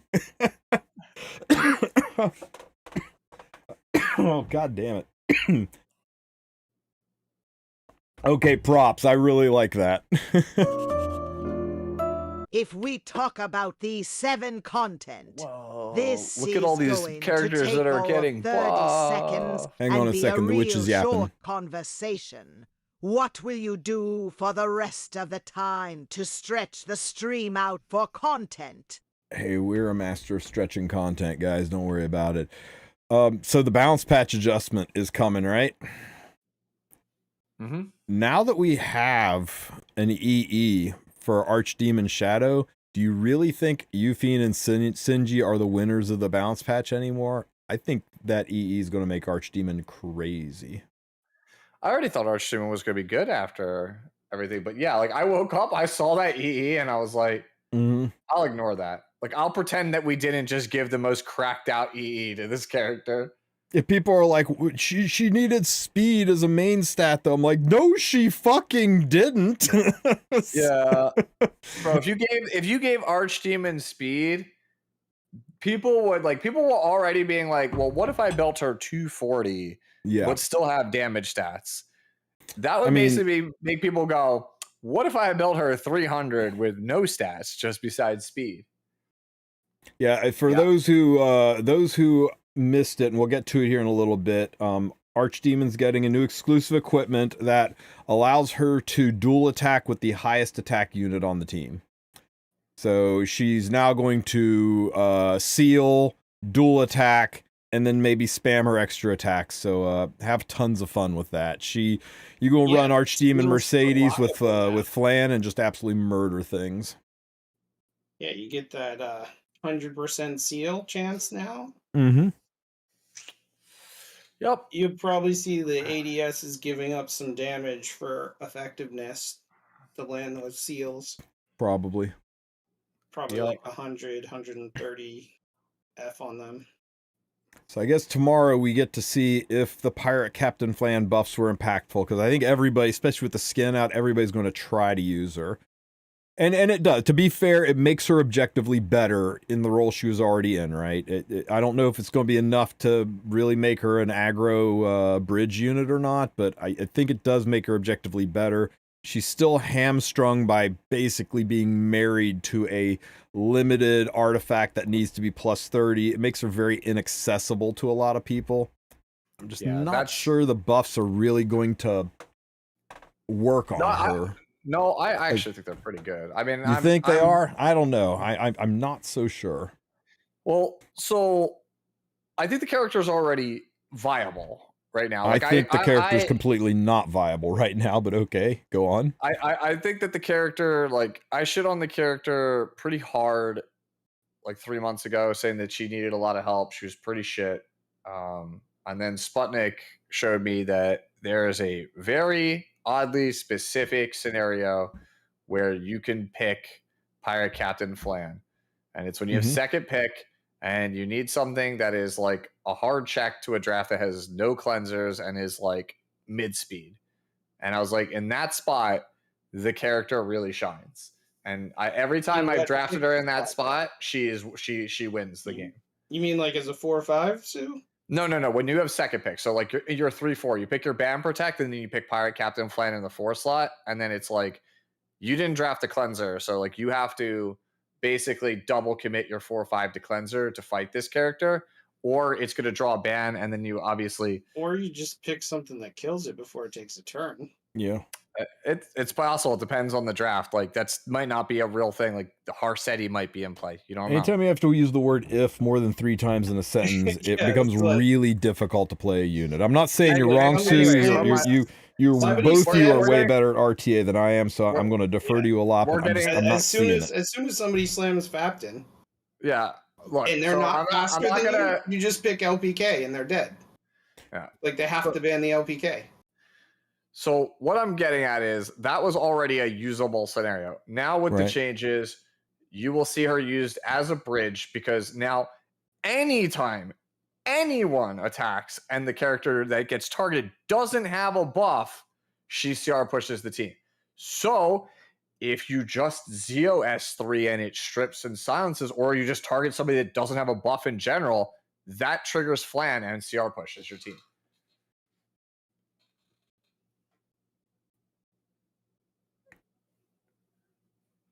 Yeah, I think the buff to Flan definitely makes her better. To answer your question, I don't see anything mentioned in the patch notes about Eufiend's EE being changed, so it'll probably still be an effectiveness EE. Mm-hmm. He was commenting, there was a comment that Eufiend's imprint is being changed from attack to crit chance. They want to know if the EE was still effectiveness. It looks like it. Yeah, they don't change that stuff usually. They've changed it, I think. Hey, Sputnik, thank you for the sub, buddy. Hell yeah, 5 months, man. Thank you so much. I appreciate the support. It's not common for them to change in EE stats, especially when they're already giving free stats to the unit, so they're changing her imprint to crit chance. Yeah, that would just be like overkill if it became attack or speed. It would be overkill. Now, what do you think about Mr. Loser Charles? C. Loser Charles. Absorbs some of the damage's health, increases demolitions damage. He gets evasion at the start of the battle, so he's kind of usable as an opener into Zeo now, because nobody in their right mind is going to want to drop an S3 into an evasion unit on Zeo, and do you think it goes far enough? Do you think it's going to do anything for Mr. Charles? I think it will make him a little bit better. I think the challenge that Charles has always had is that he's slow, but his job is to be an opener.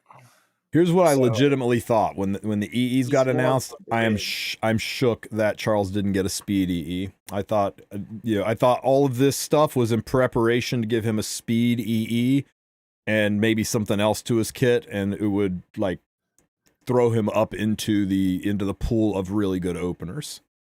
Yeah, it's a little bit weird because they set this character up to be like the poster child for the ML5 that was supposed to benefit from the canceled awakened potential system. Like he was the guy, right? Like this is the character that we are going to buff and make really good under this new system. And then it got scrapped and he just didn't get a buff. And then they were like, okay, we're giving EEs. So everyone was like, it's got to be him or Fallen Cecilia. And it's neither of those characters. And then finally we get a buff for the character, and it's what Hez said. Like it's 113 base speed character that needs to be an opener going into 2025. Spatial just used the phrase, it's a Rimuru yum yum angle now, and I'm not sure what to do with that sentence. There's a lot to unpack in that sentence. Yeah, so basically, if you're playing against Zeo, you got a coin flip chance of doing the thing now, but the nicest thing I could say more than a coin flip, right? Because you still run them on an evasion artifact. It's like a 30% chance. It's kind of rough. Well, yeah, I think the point of the Rimuru comment is somebody picks closer, you could just pick Rimuru and you either get free evasion and to steal the evasion for your whole damn team. You have to ban the Rimuru. Yep. Rimuru we talked about Archdemon. I think she looks really good. I think we're going to see this unit a lot, and we're going to complain about this unit a lot. I agree on that. Okay, so this one's a spicy one. I was of the opinion that Elagos isn't going to change much for the higher Elo ranks. I felt that people would just go fast and kill him, that he wasn't really going to change that much, but everybody and their brother is excited about Elagos murdering Flans. It basically makes him Shaltir, and Shaltir's really good into Flan, but she isn't picked into Flan like freaking Schneal is picked into DDR, right? It's not like, yes, she is a counter to it, but then you've still got Shaltir on your team, and you got to make sure that she's functional. And I wasn't sure Elagos would be, super functional on the team, but with I don't know. I'm going to talk myself into a circle. What do you guys think about the Elagos buffs? Do you think it's going to do anything more than be a really good Flan counter for, the champs and lower rankings?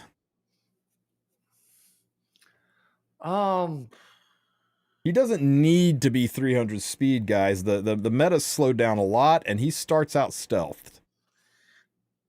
I don't know. I think this character seems very good. Like I've always been someone who feels like or has been saying for a while, Elagos has a good kit. The biggest problem with the character, at least to me, has always been reliance on Guiding Light, which that's gone now. Yep. And that if you have speed gear, why put it on Elagos when you could put it on Ran or Para? And I think right now Ran and Para are extremely weak compared to other alternatives that you could be playing for their roles. So why not now? He's getting a good set of changes. I've always felt the character's kit is strong. I personally think Elagos is just a good unit now. Stealth after Senya releases troll if she's protected. Yeah, picking Senya, Senya 2 green units and 2 stealth units, you can really ruin your opponent's life. That's a whole ass thing, right? Because then they got a choice to either hit the front unit and CR push or hit Senya and just, kill their whole damn team. I think you'll see a bit more of that tech. The one thing that we got going for us is hopefully by the time next season rolls around, they'll have done something about ban protection and you aren't going to be able to protect stupid comps like that. But we'll see. We'll talk about that more later. Brad brings up a really good point. He absolutely murders Sylvan Sage Vivian. Yeah. Because he just completely rips your focus out before it even deals damage. Oh, that's right. Yeah. So you're at 5 focus. All right, cool. Go to 2 resource focus. Reduction. Yep. Take away 60% of focus before dealing damage. Mm-hmm. That's a rip bozo. Now the buffs everybody's excited about, the ones everyone are talking about. What do you think about Chloe? Cool. Thanks. You made my 23 second Banshee team into a 22 second. Cool. Thanks. Your Banshee or Wyvern team, wherever you use her, can be that much more efficient. Yeah. I should have done that, dude. I should have literally done that. Like the most clickbait YouTube video, do my 23 second Banshee team with her before buff and then after buff and see what changes. And it'll probably be exactly the same. Or I go oh guys, you understand, we save 4 frames of animation. Okay, I see a lot of people saying this, so I'm going to get this out right now. I don't think she's for Rift. A lot of people saying it's clearly she's going to be the Rift unit. First of all, they will sell us the Rift unit. They will not miss an opportunity to sell us the Rift unit. They sold us Kayn. They sold us Wukong. They're going to sell us Blue Rift unit. Trust. Whether or not Chloe is support in that role, right? Because, Kayn was good, but Haste and Cirilla suddenly had really good jobs. Wukong was good, but Vivian and Bellona suddenly had really good jobs. Bernard too, right? There were units that weren't really used in other places that suddenly had jobs. And maybe Chloe is being groomed here to have a good job in Ice Rift as well. But I keep coming back to one of her big changes is that she ignores effect resistance with her S3 to inflict a stun. There is no shot that the Rift boss is stunnable unless he has one of those weird mechanics where when you stun him, the stun immediately cleanses and activates weakness or something, right? Maybe it's something like that, but unless they write some bizarre ass mechanic around this S3, what makes her better for Rift? That she self-attack buffs? Yeah. The one thing this character that she does additional damage with magic nail. I don't know. Maybe it's debuff stacking. We'll have to see. I just don't see anything in here that my brain can wrap around a Rift build. I really think they just attempted to make her a viable unit and then got like halfway through doing it and said, fuck it, it's Chloe, and moved on to the next unit. Yeah, so this character's always needed extra turn on Magic Bolt, but if they give them that, like, it's insane because obviously you get the bonus damage from Magic Bolt, right? Magic Nail. Mm-hmm. And then you get the ignore ER stun now, right? But the thing that's wild to me, and we're just like staring at it, like right there in like the lower right, the exclusive equipment effect 2, damage dealt by Hyper Strike increases by 20%. Have you guys ever looked at the multipliers on Hyper Strike? This move hits like an absolute metric freight train. So I was like, wait, you gave 20% damage on that move? So what I think is funny too is the EE3.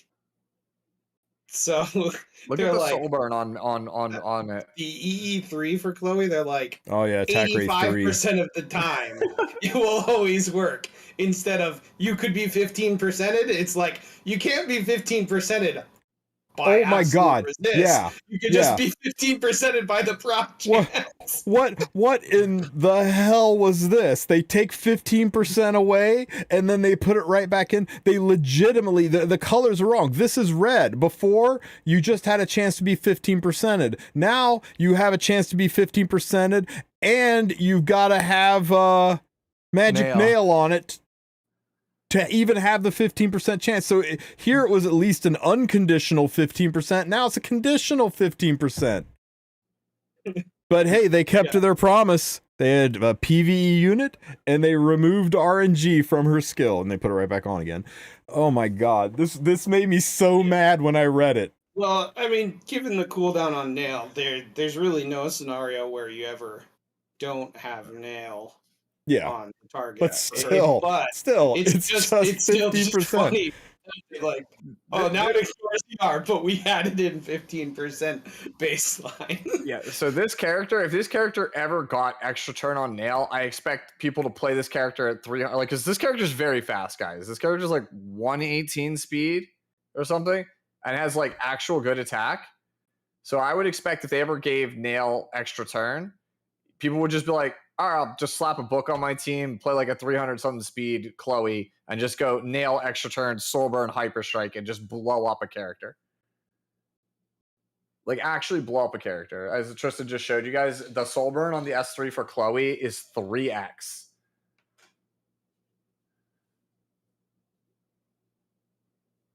So you're gonna just try to build as fast as you can. Like, this character's fast. This character is not slow.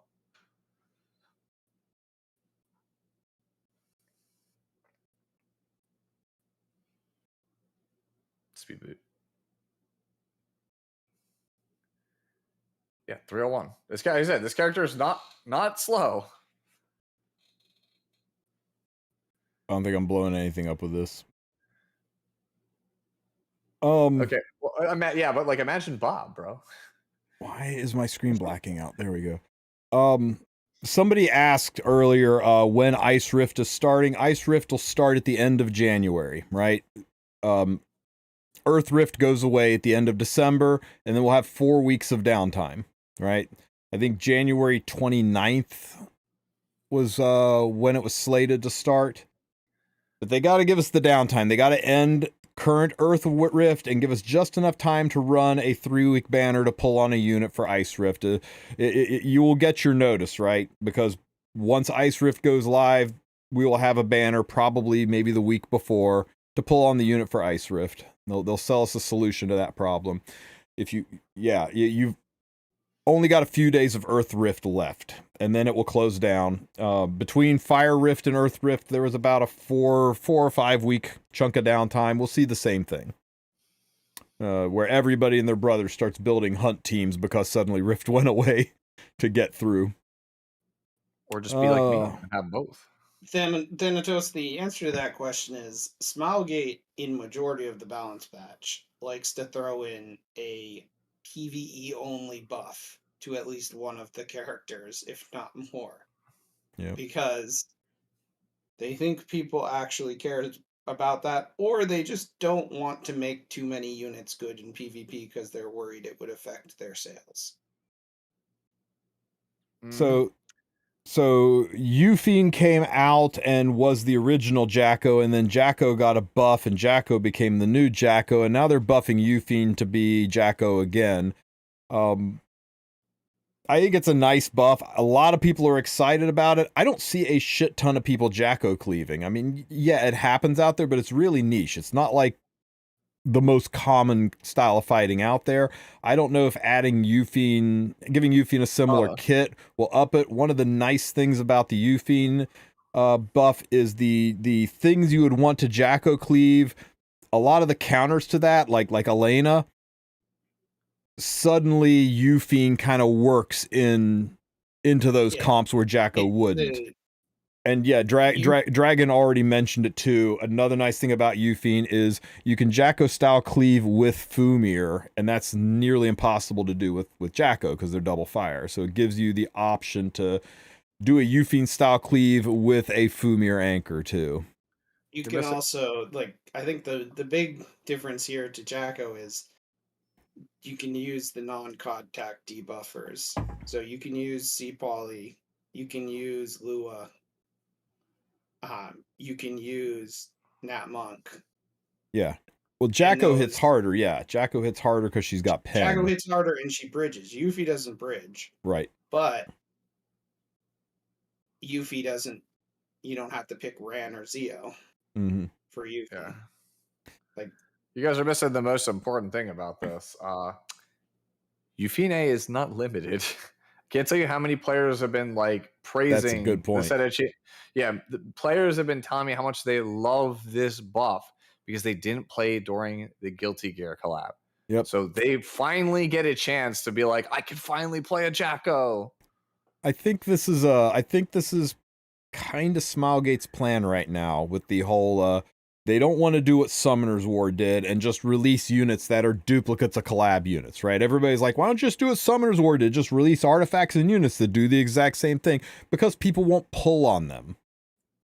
If 75% of the community already has Karena, and you put the development time into creating Karena 2.0 as a non-collab unit and you put it out there, it's a much smaller pool of people pulling on that unit. Those small pool of people are going to be thrilled and happy for it, but they're not going to make nearly as much money off of it for the same amount of effort going into it. And you have to push back and shoehorn other content you want to do. Every time you do a collab, you're going to have to be like, okay, we got to chalk out 3 to 4 weeks to run the unit that replaces these units down the road.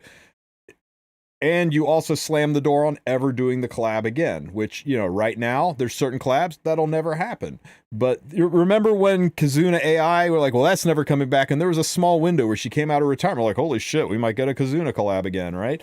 You never know what might happen. And maybe someday a collab that looks like the door's closed on it will happen. Maybe someday FMA decides to come out with a new anime or try their hand again at making another mobile game, and suddenly we get a collab again. It's not likely, but it's possible, so I don't think they want to slam the door on it. So instead, they're looking at ways to do what the other unit does, but still be different, so that they don't eliminate the use of the collab unit, that they don't make people say, I'm just not going to go for the collab units anymore because there'll be a replacement for it later. While at the same time not saying, hey, if you didn't pull from this unit, you're just forever screwed because you'll never be able to have this kit. That's me talking out my ass a little bit. I'm just assuming, I don't have insider knowledge, but it kind of looks that way, because this isn't the first time we've seen them kind of nudge things in this direction. I think the very first time we saw it was the proposed Urvalen buffs that got reversed back in the day. I think this is kind of what they're angling into. I'd say the number one thing about why you won't see them make duplicates of the collab units is a difference between Epic 7 and Summoner's War. Summoner's War doesn't really have, like, flashy, expensive animations. We have anime S3s. Yeah. And the anime S3 is probably one of the most expensive parts of developing any of the heroes, given how much typically it costs to have even short anime scenes like that done for them.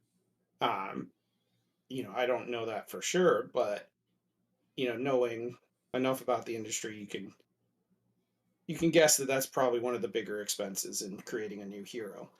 Yeah. And It's half the they reason would we have to have the do that ML season. twice for every collab unit, because they would have to have the normal version that can't be the same as the collab version, even if everything else is the same aside from the skin on the unit, basically.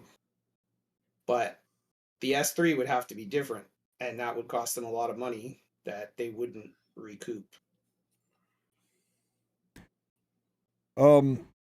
Yeah, Spatial, she's not that's what I was saying. She's not a replacement. She's a, you're saying she's like a variant doing hybrid combos. Yeah, she's similar enough that you can do Jacko-like things without being so damn similar that she just eliminates the need or purpose for Jacko to exist.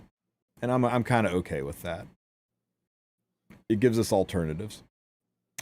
People are asking, does this change the way she's going to be used in Labyrinth? It changes her setup a little bit, right? Her S3 granting an extra turn when an enemy is defeated. This might make it a little trickier to set her up. So we might have to change the way we do the setup with stealing the counters and everything and killing, so that when she exits the fight, she still has 2 turns on her counter buff, because when you exit the fight, you drop a turn off.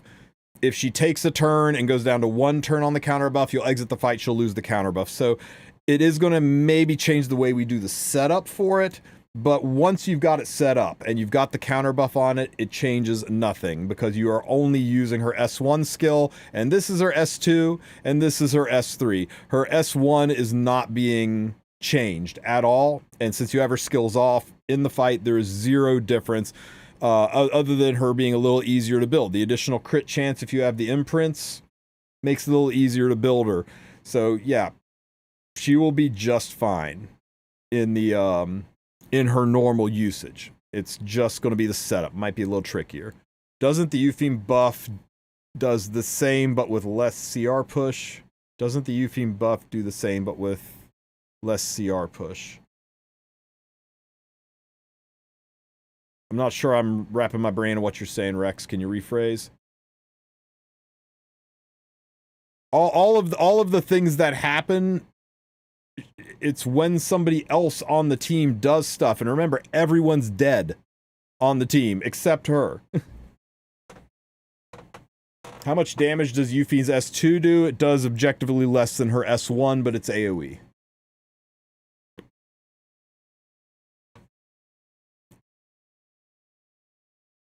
Will we get a Kazuna AI duplicate? You got one. His name's ML Ken. Right? If you're gonna get anything with Kizuna Ai, it'll probably be an announcement in either late January or like early February, because she's got some massive news coming out within like 30 days. So it's totally that she's collabing with us. That's the massive news. No, Sean. Like I'm saying, if ever there was a time for that collab to happen, it is now, because she is clearly trying to build hype for something. If it doesn't happen, it's not happening. So this is one of my favorite buffs, the Sinful Angelica buffs. It basically is turning her into a situationally better Singelica, but for the most, situationally better Bryceria, but for the most part, anybody that says she's just straight up better than Bryceria has lost their damn mind. Because here's the thing about Bryceria and Singelica. Singelica just gets killed. Even if she gets her S3 off, somebody can Soulburn and strip that shit and murder her. Whereas Bryceria, you've got to actually murder her first to proc the immortality, then you can strip that shit, and then you got to murder her again. Bryceria is much, much harder to kill than Sinji. You can just build a tanky AF Sinji now. Yeah, good luck with that. You can try. I'm just saying it's a lot easier to gear and build Sinji, and also, it's a lot easier to gear and build Bry for the job, but not having the double-edged sword. being able to draft Singelica and draft Raise units, being able to run Singelica and Blood Moon Haste on the same team, that's something Bryceria can't do. So there are situations where you're going to want to be able to block raises, but still raise yourself. And I think that's really nice synergy. Skill says, Tristen, but you know, if we're talking about RTA, you can't actually draft Sinji with those revivers because you only have usually 2 support slots in your team. Well, yeah. But Sinji okay, still doesn't do enough. Okay, how about you can draft her with units that are wearing Holy Sack? Yeah, that there you go. That make you feel a little better. Because if you're going like Sinji Blood Moon Haste. Yeah. Is it maintenance? It is indeed maintenance. Game is down for about 4.5 more hours.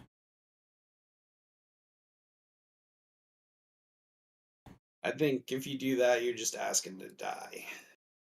Oh my god. Stop blacking out, screen.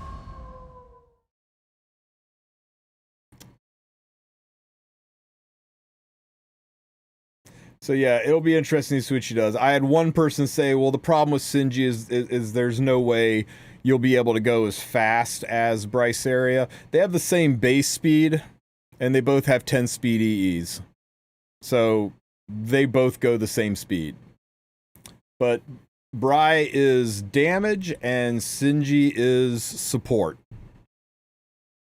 One gives you buff block, the other gives attack buff. One strips, the other cleanses. They're just different enough where they're not going to step on each other's toes. But the nice thing is when you need a Sinji style or a Bryceria style effect, you don't have to have an ML5 unit to pull it off anymore.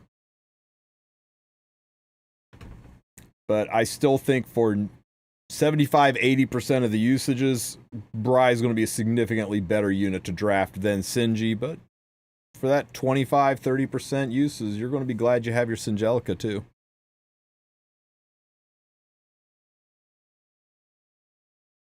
Okay. Sigurd's Scythe, an offer you can't refuse. I mean, Sigurd's Scythe, they dropped the percent attack down a little bit, but made it way more stable, right? You don't have to worry about your health. I legitimately think they did this because of Hua Young. They wanted just to settle the argument. Everybody was saying Shaltir's artifact, Pipit Lance was going to be her best in slot. Pipette Lance. Yeah, and I legit, I think they said, oh shit, we can't have the new unit's best in slot artifact be a collab artifact. Do something to Sigurd's. Make it Sigurd's, not Pipit. So yeah, I think this just makes sense in general for the state of where arties are now. And this is the change that made me go, oh shit, I'm rich. Because I have 5 MLB Sigurds. So I was like, ooh. Has his warrior gaming to the max. Yeah, not true. I think I have 5 characters that actually want it, but that's a different story. Now, and offer you a only good warrior arty for a long time. Right. Now, an offer you can't refuse seems like a really good buff that does nothing, because I still can't wrap my brain around where in the world you would use this artifact. I think this artifact is really good with its changes, but you're right. I don't know where you use it. That's the whole thing. I mean, Elagos can use it. I don't know who uses it. But once you are creating design space, right? There will probably be a character that comes out at some point that can use this change artifact. Like, surely it's the new Rift unit, right? This is the Rift change. Like, we can look at an offer you can't refuse on the left, right? The previous one, and look at that and go, I would never play that, right? Yeah. The one on the right, you look at it and go, damn, that's a good effect, but who the hell do I use it on? So I just think that the character just doesn't exist yet. Yep. I do think Elagos can definitely make good use of it now that he doesn't need GL. Because there's not really any damage increase you can put on him that's going to do more than increase than the 20% def pen. I mean, you could run Misha on him. Misha's about it for the extra chance to pin. It's just a matter of, do you need the hit chance, or do you want to push your team. But I've heard assuming you're people not say against putting this on it. Asflan. I don't think there's any world where you ever put this on Asflan. I think there's only 2 arties you ever use on Boobaflan is that you use either Bloodstone or you use her limited I like arty. how you called her Booba Flan, implying that she's not fucking massively chested in every iteration. She's the biggest in that one, though. She is. And her she most is. prominently displayed. It makes sense. It makes sense, though, right, Hez? Like, canonically, it makes sense that they built the new Flan like that. Right? Because, I mean, Policia is always about being on the cutting edge of technology. They're always trying to make sure that they stay ahead of modern trends, and they had to have looked at the meta of units that are coming out and said, we need this unit to be more powerful, build her with bigger mana tanks so she'll be stronger. And it worked. I mean, that's the whole last meta, in my opinion, in a nutshell. Is pick a character with a large chest. Like, if your first pick doesn't have a massive chest, Aiden is crying right now. Yeah. Sorry. No, I'm serious. Like, the only character I think in the entire format that you could realistically first pick that was not a massive chested individual was Blood Moon Haste in last format. Like, even like Last Rider Crow, bro, that man is like barrel chested. Bro, that man is like, man's chest is ginormous, right? It's like 5 head widths. Are we going to pull for ML Hua Young? My brother in Christ. Such a drag. Absolutely. Ugh, stop dragging this out. So, the footsteps following me. Look, my thumbnail says it all. Goth girlfriend of your dreams. Guys, why does her voice get so low and you can barely hear what she's saying during her animation? It's like they turned the volume down to 1. I actually know the answer to this, kind of, sort of. It's literally just the person that edits the videos. They I hope it's not like this in game. Yeah, because listen to this. Ugh, stop dragging this out. So, the footsteps following me. Were from you? Wasn't you? Ugh, my scars hurt again. What'd she say? Bystander Hwayoung used to be the leader of the fearsome gang I don't Sura think we can tell that because dominated Nata on your Prefecture. end, what we're However, watching on the live. due to an is showing accident you. in her fight with Peyra, she was injured and But it's became just whoever unable edits to the ride her videos. bike, Like, it's what she valued most in life. when which you record ultimately game led to footage, her right? retirement. Like, it's going to be a different level than whatever the footage the studio gives you at, and it's like it's the job of the person editing it to volumize, like, balance the volumes, make them equal. Yeah. Like, it's something I do on literally all my videos. Like, if my background audio, like my songs and stuff that I use, is not the same level, I balance it so that it's all the same decibel level. I can tell you, it's a problem in most DGen games too, where the voices are much lower than everything else. I don't ask for much, right, Sue? I'm pretty low maintenance, but for Christmas for me, could we get the Peyra fight with the ML Hua fight animated and she's wearing the skin while it's going on, please and thank you? They don't have animations for iCarina lookalike so that people can have it that missed the collab. Sue, let people enjoy things. That's rich coming from you, Mr. What I'm hearing is for Christmas I need to make Tristen some art. Hez, you are a lion amongst men. After Hwayoung's retirement, the vice leader Ken took charge of the gang that was in disarray and planned revenge against Peyra.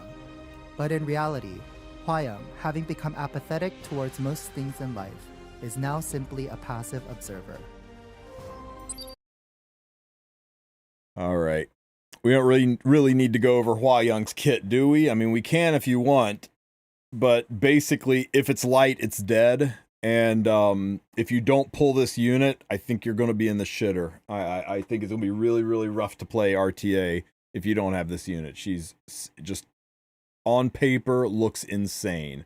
We've been wrong before. We've thought units were going to be insane on paper, and then they were just kind of meh, but I don't think this is the case. Pretty much everybody that knows anything about how RTA works is looking at this unit going, holy freaking crap. Yeah, I think one of the biggest things you have to why you want to pull this unit is because even if you don't think this unit is like crazy right now, this unit is almost like power creep proof. So like, how do they make a counter to this unit? They can't make it do debuffs to it because she can't be debuffed. And since she can't be debuffed, she can't be sealed. And so unless her they entire make a unit kit that is just says enemies teams passives do not work, right. you can't counter this unit. No, there's her power is into light units. It's not like light units are ever going to go away. It's not like she does things against focus units. It's not like she does things against units when they do certain moves. You can't not be a light unit. You just got to elect to just not draft light anymore if you want to let this girl off the hook. And so, in this day and age, not drafting light is kind of hard. Yeah.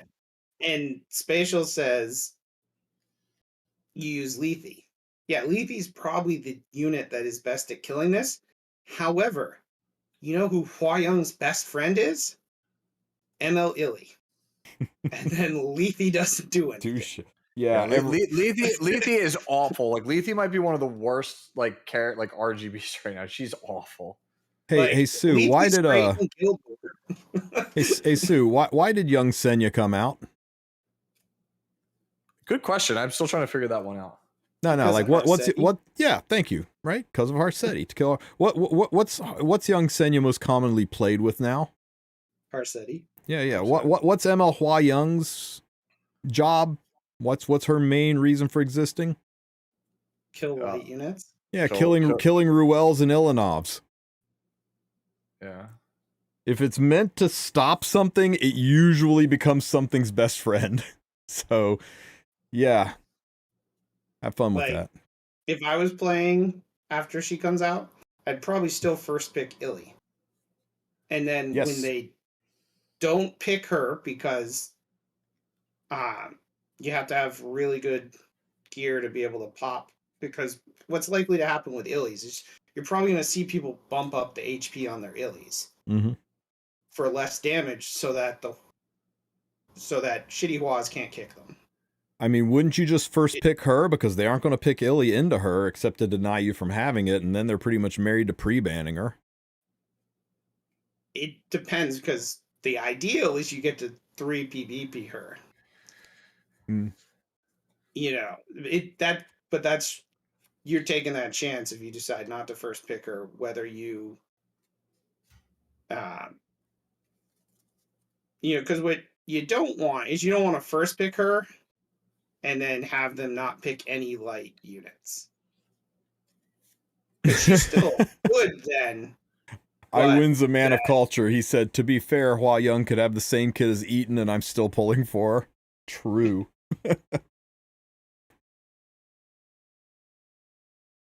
But there is an advantage. If you pick no light units, that means I get all the light units.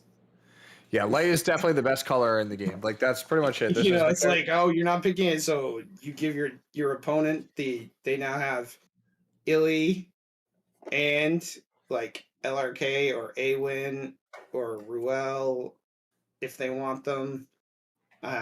So. Anonymous, we've been asking for Queen DN for years. Yeah. And also remember that LQC won't actually kill a good one of these. Yep. Because this is going to have like almost 3k defense. And if you have Illy as well, LQC ain't doing anything to that. I really think that this character is going to just be the new character that every aggro player complains about. Like, if you play fast, I think everyone's going to complain about this. Hey, it's Hua Young. Is Hua Young? Is it really ML Hua Young if people don't complain about her for an entire year? Because she's just super Karina, bro. Like, that's it. She's super Karina. One of the biggest things that some people often forget is how powerful it is just to be a like a damage dealer or a bruiser that can't be debuffed. Yeah. Like, you don't even think about how often you rely on, say, Death Break. We learned or anti-healing or seal or like bind or whatever it is to prevent a DPS from doing things. So you can't CC this unit. You can't stop it from doing what it wants to. All you can do is kill it, and you don't have any way to make it easier to die other than giving attack buff or gab to your people. Yeah. There is a way to stop it, like I said. We do have the numbers, Zarth. It's 40% of attack as def. Yep. Sparky, thanks for the biddies. And there is no group of more like hopeful, faithful people on the planet than people who keep asking for Breenus.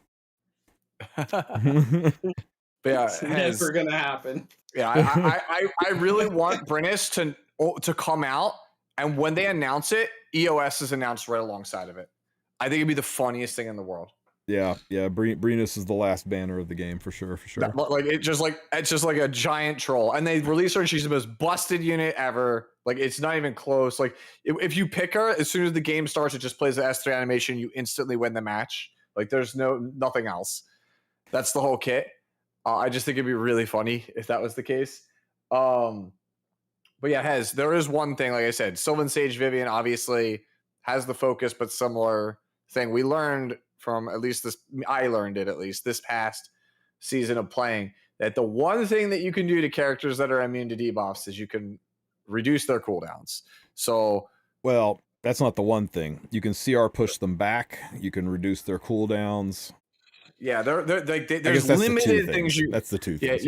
Yeah, there are limited things you could do to it, and it's like, oh, so there's counterplay. That's if Huayong becomes the problem. That's the solution, and it's like, no, I don't want that to be the solution. I literally don't want that to be the solution because that means I have to deal with yet another Naqual. And we need to buff Naqual. Obviously, that's the other thing about that though is that the difference is Hua's a bruiser that runs Sigurd Scythe. She doesn't have to give up her set to have sustain like Sylvian does.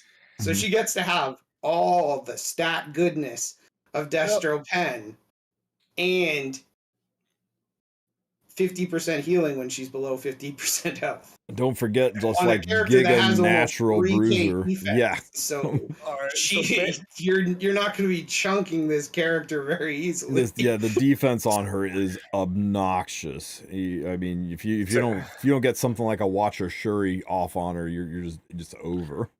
Okay, and, so again, you're gonna see her with Illy so often that even your full pen units. Well, you can ban her or you can ban Illy. I guess you can at least get rid of one or the other.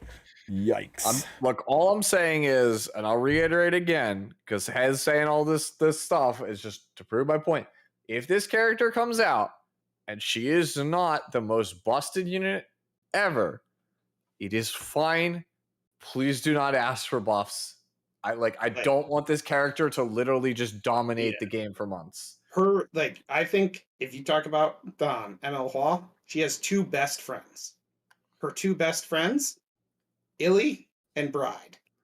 Because you put Bride up front and you put ML Hua in the back, and now the other guy's like, I need to kill both of those things first, but I don't want to touch either of them.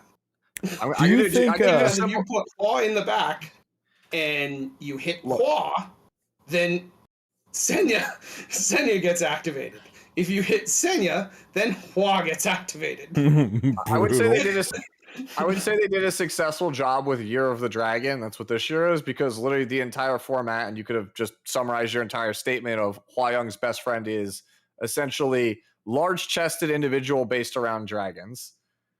That's the whole. That's it. That's all. That's every character. Hear me out. We put Watcher Shuri on Pen's set.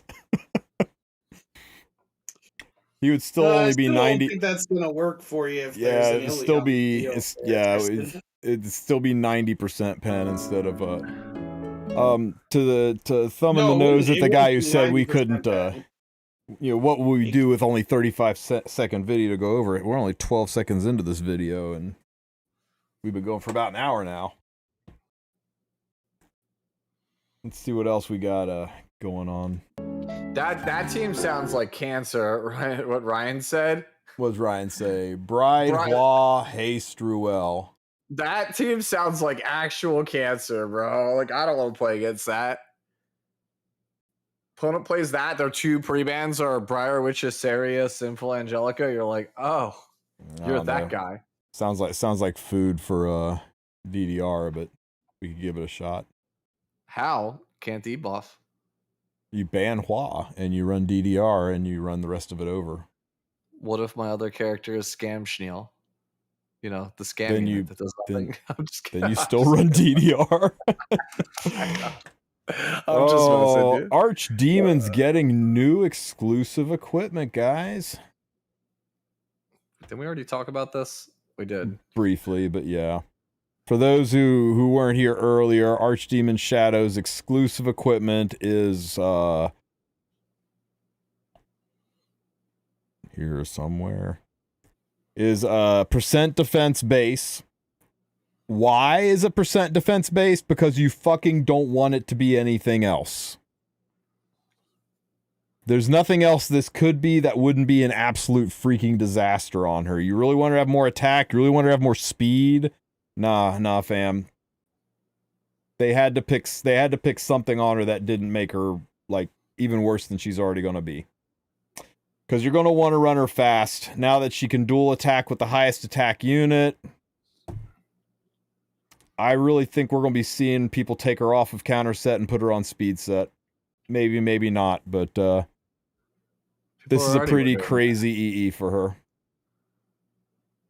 Yeah, I think speed set is the likely choice, and like I said earlier, I do think it's very likely you see at least some of the players wanting to go like 100, 130 F, so they can debuff the moderate F targets. You know, like the 130 ER DDRs that are running around, things like that.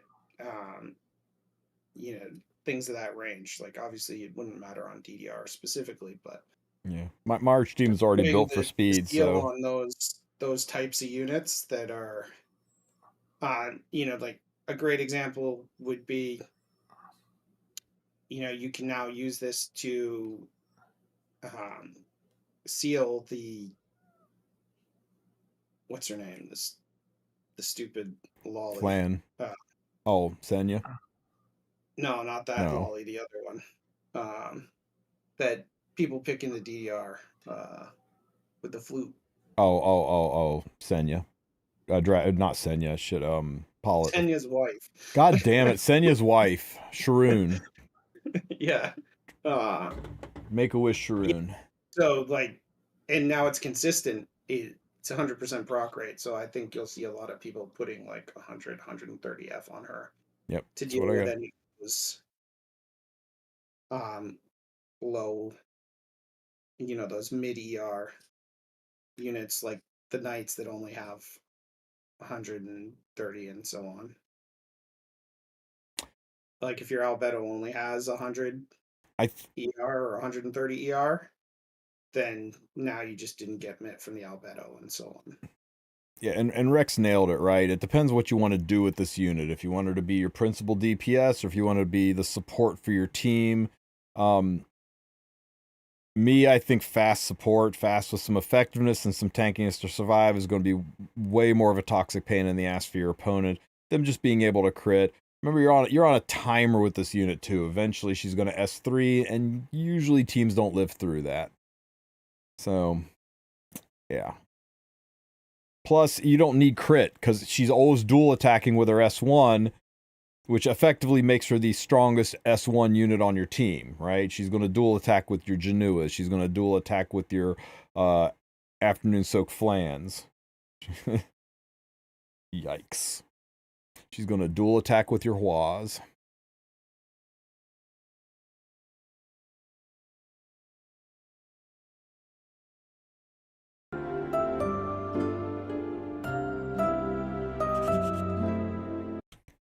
Don't do it. Yes, Euphion's getting a buff. Don't do it. Yes, Mort's one of the strongest units in the game. Don't do it. Don't do it. Hoochie's shop is out. Hoochie's the harbinger of limited units.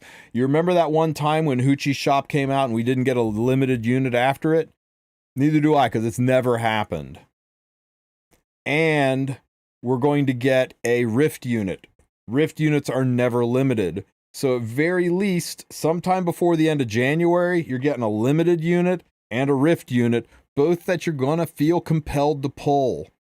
So unless you're okay swiping, or you're really new and you're just starting to get into the RTA and you think you really need Mort, even then you don't do it. Okay, if you're relatively new, you do the story, you get to the Policia chapter, you complete it, and then you get your Policia selector and you pick up your Mort. If you've already done that and you grab Politis because of whatever guides told you that, then I don't know. Doesn't Mort have a story summon? Sue, you know these things. Does Mort have a story summon you can activate? He does, I believe, yes. So yeah, don't do it, guys. Please don't do it. So not if you're thinking competitively. If you're a collector or it's your husband or a waifu, you do you. Good point. Didn't they already announce the selective banner as being in January? That's probably what Hoochie's the precursor to. Possibly. Did they announce that? I don't remember seeing that announced. I just think that's about the time frame for it. I thought I saw it announced, but maybe that was just someone talking out their ass on Reddit. Yeah, Rue, that's a whole ass thing, right? Don't let anybody, any streamer, any tier list, any content creator, and any person in your guild tell you to not follow your heart. And if every day you wake up sad that you don't see Mort sitting in your lobby, and every time you watch somebody use him and you see Mort rip his shirt off, and you get a little tear out the side of your eye, pull your damn Mort, right?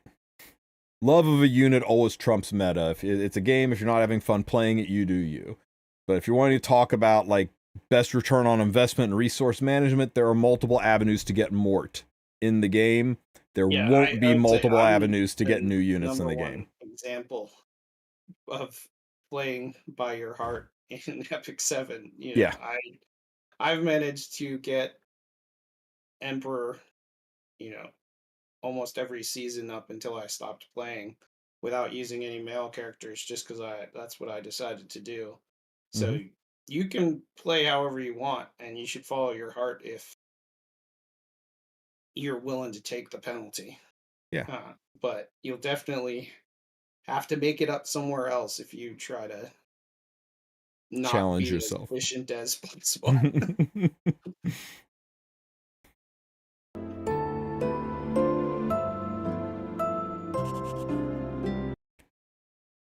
You know what? Broman is actually a really good 4-star. One of the things that can be a problem for Hua Young is being pushed back, and Zio can push her back unless Broman is there with her. So, yeah. Broman is freakishly good into Zio, and he might be one of the things that people try to use to slow this unit down, especially since he chonks away a good percentage of your health, again, given that Ilanov's not in play. I hadn't played Broman in, at all. I resisted it, and Evan Dariel, guilted me into trying it, and holy crap, he's really, really good. Is Bystander Hua Young a must-pull waifu? For me, yes. For you, only you can make that decision. She's as must-pull as any ML5 kind of gets in this game, I think. But like Hez said, you can play however you want to play, just realize the limitations that you put on yourself by not doing things according to the meta. If it makes your game more fun playing all waifus, no husbandos, if it makes your gameplay fun only drafting fire units, there's a guy that teeters right on the edge of Emperor every season. I think his account name is only 3 stars. He doesn't play any 4 or 5 stars. He only plays 3 stars, and he excels very, very high elo just doing that, because that's his jam. He likes challenging himself. So yeah, you can do things, right? But we're talking about optimal, and I think people that want to play this game competitively, that want to excel in this game, that don't pick up Hua Young are going to really be sad about their choice to skip her.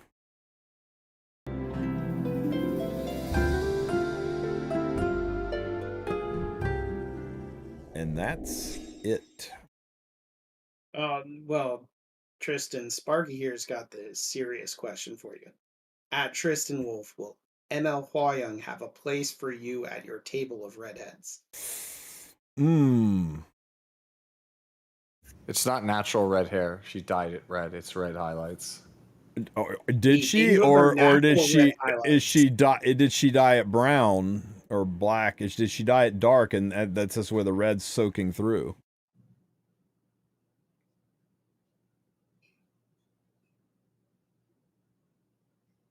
We might have to do some research on this.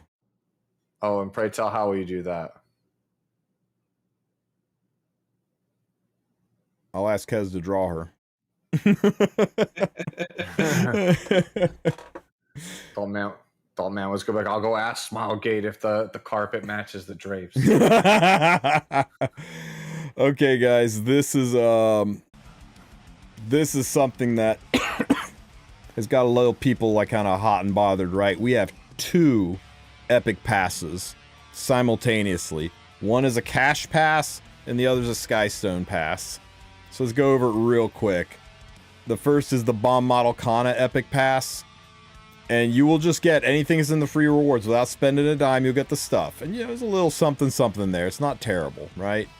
But if you want to get all the stuff in the premium rewards, and that's everything on this chart, both sides of the chart, and there's gear on there too. Level 88 gear. You'll have to buy the pass. And we don't know how much it's going to be. But the assumption is it'll be $30, the same as the Arena Battle Pass. The assumption is it'll be $30. What you got to do is get over it that it's a epic pass, that's a cash pass now. Don't look at it that way. Look at it like it's a pack. Imagine that there was a pack in the shop for $30 that had all this stuff in it. Would you think that's a good enough value? Would you see $30 of value in it that you would go to the shop and buy that pack? And if the answer is yes, then you get the epic pass. The only difference between this and a pack is this requires you to actually engage in the game and play the game to complete it. But unlike battle passes in most gacha games, Epic 7 makes it stupid easy to complete their battle passes. You have got to be the king of casuals to not complete an Epic 7 battle pass, right? So that's my take on that. I don't like that they're selling battle passes, but I understand why they're doing it. I understand that this is something that every gacha game does. They do some cash battle passes, and if you don't like it, don't buy it. Nothing in here is game, nothing in here is going to give the people who buy this such an insane advantage that they're going to run you over, right? There's no limited cosmetics in it. It's just a whole bunch of charms, leafs, some 88 gear that's not even rolled yet. That you got to RNG roll it. Some connection chests, some summons. Good stuff. In my opinion, if you are planning to spend $30 on Epic 7 anyway, there are worse things you could buy. This is a pretty good, pretty loaded stuff. If you write all the stuff down, put it side by side, it looks better than most every $30 pack that's out there. But if you don't like that they're monetizing epic passes and you want to vote with your feet, go for it. But then there's the Legendary Inheritance Epic Pass. This is your standard Epic Pass that costs Sky Stones, right? It's 900 Sky Stones for the Premium Pass, and it's an additional 1,600 for this one. Remember, you spend 25, you get both of them, so it's a 1,600 Sky Stone adder to get this one. If you buy this one straight up, the price on this literally changes to, say, 1,600. If you buy the Premium Pass, just like the Ufiend Pass, if you buy the Premium Pass, you get everything on this list. And you got to look at this and decide if 900 Sky Stones is worth what's in this pass. It is. It is. You spend more than that. You spend more than that on the expedition pass, and this is far more loaded. So if you've got the 900 Skystones to spare, you pick this up. But the 2,500 Skystones, and I can't stress this enough, guys. I said it in my video. The 2,500 Skystones, the 1,600 Skystone adder for this. For 1,600 Skystones, this is what you get.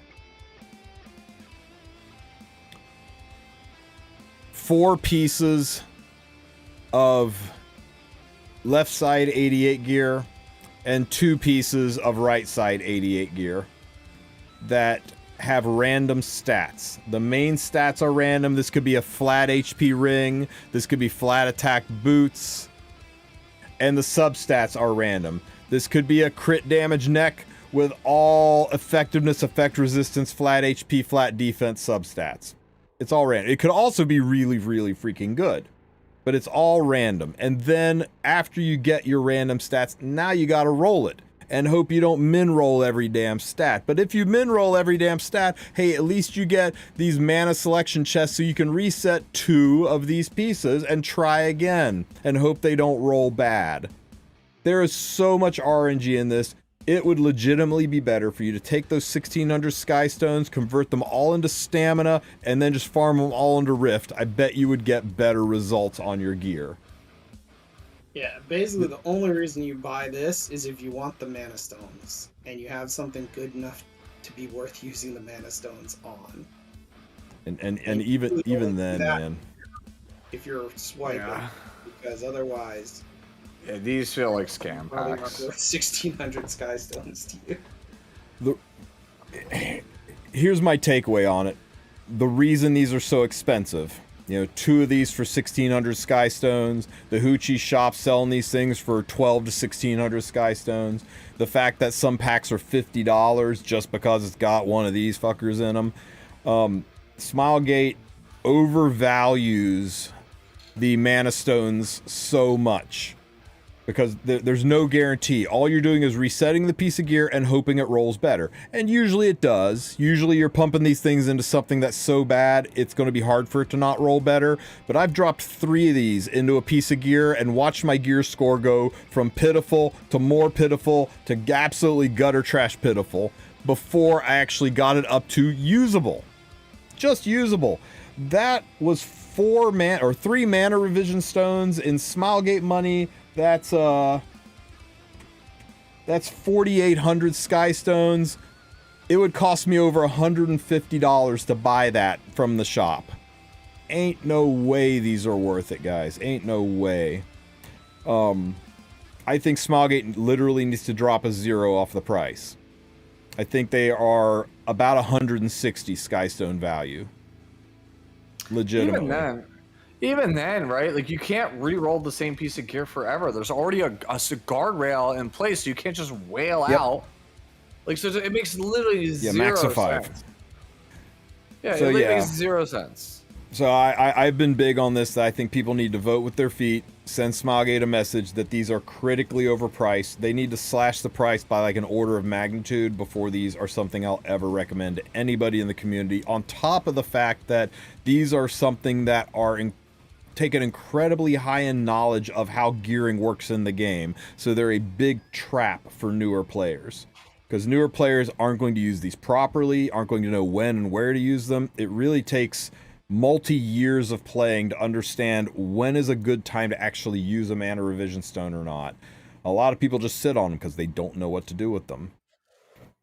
It's bad overall. And Smilegate either needs to change the way these things work, or they need to cut their price by tenfold.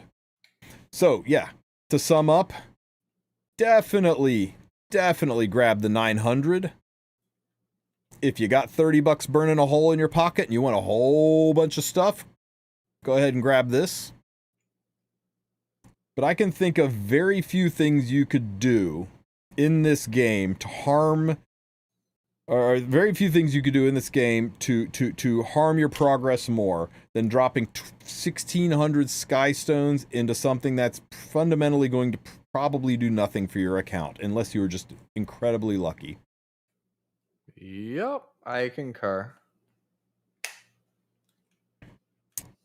More Raspberry Pi. How are you guys? How are you enjoying the Senya story, Sue? Because we're getting week 2 and 3 released all at once here, so we get more village exploration. How am I enjoying it, you say? Bold of you to assume that with my schedule, I have started it. Yeah.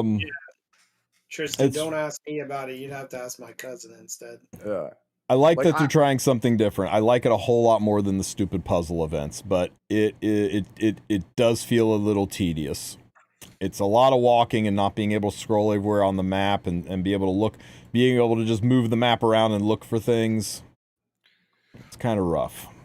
Yeah. But I have heard that the story is very endearing, that it's even for, especially for Smilegate, that it's a pretty well written story, and if you spend the time to read all the text, that it's nicely done.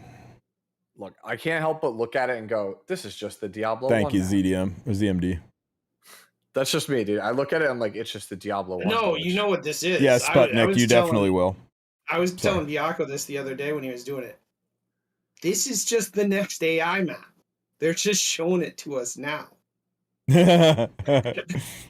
Bro, and instead of Prongo, it's just a giant young Senya. This is the new tile set. Floor 3, the village is on fire.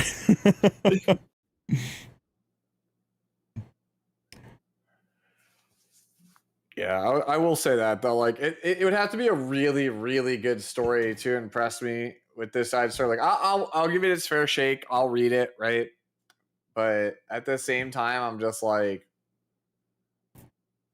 other gotchas are just so like leaps and bounds better storytelling than where E7's at right now. Every time I see Alicia of the Ice, I think about the time YouTube demonetized me over her art. Dude, I didn't get demonetized for that. I was surprised. Everyone else was complaining about it for Frosts, right? Yeah, here. Yeah, mine is probably still up. You can probably look it up. This is what I had to do to not get demonetized with my thumbnail. That's pretty funny. That's actually amazing. I've never seen that. Because I got a message like your video has been demonetized, or your video cannot earn money and the thumbnail has been pulled due to depictions of nudity in the art. I was like, what? So I I changed it to this. Dude, I still can't believe, by the way, like that I got away with the afternoon soap flan thumbnail. Like, I was just like, I literally just cut the like you could use it as your in-game profile card. Like, I literally cut it in such a way that it, like, you could just, you can't see any of the cloth. And they were just like, yeah, it's fine. I'm like, are you kidding me? Hey, it's just cleavage, Sue. Yeah. Hey, did you like the where was it down here? The other improvements where they're fixing the special event names. They're changing Natalon Academy to Natalon Academy, and they're changing Raspberry Pi to Raspberry Pi, and the big one changing Zero Defect City to Zero Defect City. I mean, they did change the last two, but what the fuck is this? My guess is that those change more significantly in other languages. You know what? You might be right. You might be right. That's actually probably that's a good point. I might be reading too much into that. That is a genius way of so saying it. All of you guys who have been bitching and moaning about Dagger Sakar being gone, you can't get your last Molagoras, you can't finish your Dagger Sakar. They are addressing it by putting the nail in the coffin that was old Dagger Sakar. Based on this, I suspect we will never see Kairon, Nilgal, Zeno, the incredibly loud Fastus, or Archdemon Mercedes again, because they're straight up saying they are redoing the Dagger Sakar missions. They haven't quite explained what. They're just calling that Yufine's second trial, Harseti's second trial, so They're obviously putting it in there, and they are saying, sorry if you already got your Dagasakar done, you cannot double dip. This is just for people that didn't get the reputation done. They're going to give an avenue to get it done now. Oh, sorry, Tristen. What that means is that you still have to make the Dagasakar videos for no rewards. Oh, yes. Yes, you are. God damn it. Yeah, that sucks, right? It sucks. When are you doing Challenge Abyss, Sue, with 3-star units? Actually, if I can get some time right after Christmas, I intend to start it. Like, I really wanted to do it about a week and a half, like 2 weeks ago, but like every time I feel like I want to catch up on something, life just throws me a curveball. Whether it's just problems in my personal life right now, getting sick, like just like, dude, come on, like there's already not enough hours in the day, and life is just like, no. The maintenance is a 5-hour maintenance. It started about 2 hours ago. Sometimes they end early, but I'd say you're still 2.5, 3 hours away from maintenance ending. Mm-hmm. Okay, that is it. Somebody did ask me to go over the packs, and I would like you guys to weigh in on the packs. It's not worth it. Holiday show me limited these sale. packs. This is my area of expertise. Yeah, this has actually. Okay. I believe that you never spend unless it's like insane value, Okay. Funny you should say that, Sue. But this one, Okay, so there's so no the packs prices are- on it. Okay, so the Warm Hearts thing, first of all, let me cover that real quick. The Warm Hearts are a currency that you can trade in. It's kind of like FGO's Gacha Shop. Think of it like Hoochie's Lucky Chest, right? But it's a greatly attenuated Hoochie's Lucky Chest. The most common thing you'll get is 1 leaf. I can show you the list of stuff that's in it, but there's a chance for 1 Molagora, there's a chance for 100k gold, there's a chance for 1,000,000 gold, there's a chance for a catalyst chest, there's a chance for a mod box, things like that. Not a lot to them. 99% of us are going to get, a leaf or 100k gold from it. Yeah, so not too crazy. Yeah. Hoochie's actually selling these for 50k skies or 50 or 100k skies gold or 100 sky stones. Like, ain't no way you're gonna spend 100 sky stones for a damn leaf. There's no way. Yeah. So, if what Chad is saying is true, if that first one is like $2, then yes, that is worth it. I think it is. It looks very much like a. Yeah, I mean yeah. it's effectively a burning it's a burning passion. passion pack. I think it's either 2 or 5. It depends on if they're overvaluing or thinking people will be baited with these. I think there's a chance this is 5, and that the one to the right is Even 10. at $5, I think 10 leaves is still decent. Yeah. It's not as good as Burning Passion, but it's right. decent. Like I think the max I'm paying on the left one is $3. The right one is I look at that and I'm like, so it's basically you get 2 multis, one of which is all artifacts. They all either are 4 or 5 stars, and then a multi where everything in it has to be 4 or 5 star. But the right pack is I only buy, even if it's unless it's insanely cheap. Like if it's $30, that's only for new players that have a lot of units to potentially gain from it. I think the right pack's $10 has. I would say 10 has to be it because you can buy one that's currently $10. It gives you basically 30. It gives you 3 10 pulls over 3 days. If that's $10, which I wouldn't expect it to be, I would expect it to be more knowing them. Then I think 10 sounds correct. Okay, value for someone that needs a lot of units. Burning Passion Pack 3, I believe, is $5. You gotta be okay with the idea that you might get all 4 stars. Yeah, I would not pay more than $10 for Pack 2. Okay, so it's 10 summons. Mind you, those are summon tickets, not bookmarks. They're straight up summons, and 4 to 5 star summons have a 30% chance to be a 5 star, 70% chance to be a 4 star. So mathematically, the odds are that you're going to get 3 5 stars and 7 4-stars. Yeah. From Tell each that to one. Grim when he did his, Right. That's the odds. It 30 doesn't mean ML you are. refunds and got Yes. no ML5s. Yes. Yeah, I'm talking raw statistics Yeah. and probability, not what's going to actually happen. I know if I bought these and I ripped them, I would get 9 4-star artifacts and an iron fucking fan. Okay, that's what would happen every time, right? But if you like the gacha, if you enjoy the dopamine hit, and I think especially if you are new, Pack 1 and Pack 2, almost universally, the cheap packs are targeting new players, right? New players who are low on units. They're inexpensive packs. We're trying to turn free-to-play new players into responsible spenders. So that's typically what you see here, stuff that is kind of good value for the newer players, but not so much for the veterans.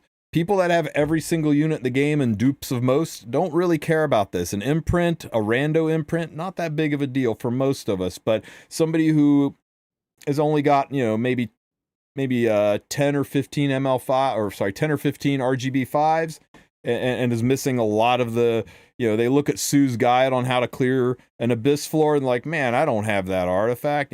Suddenly these things are, have a little bit more value to them.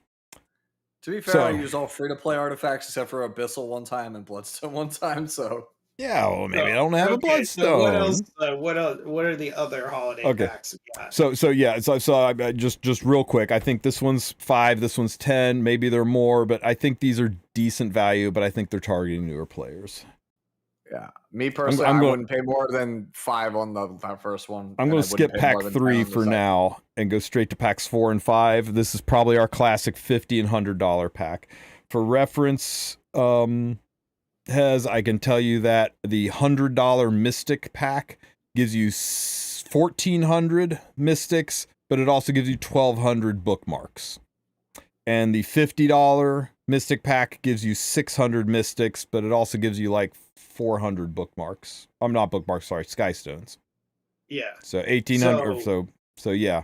They're about on par with the $50 and $100 Mystic packs if you don't consider the other stuff in them.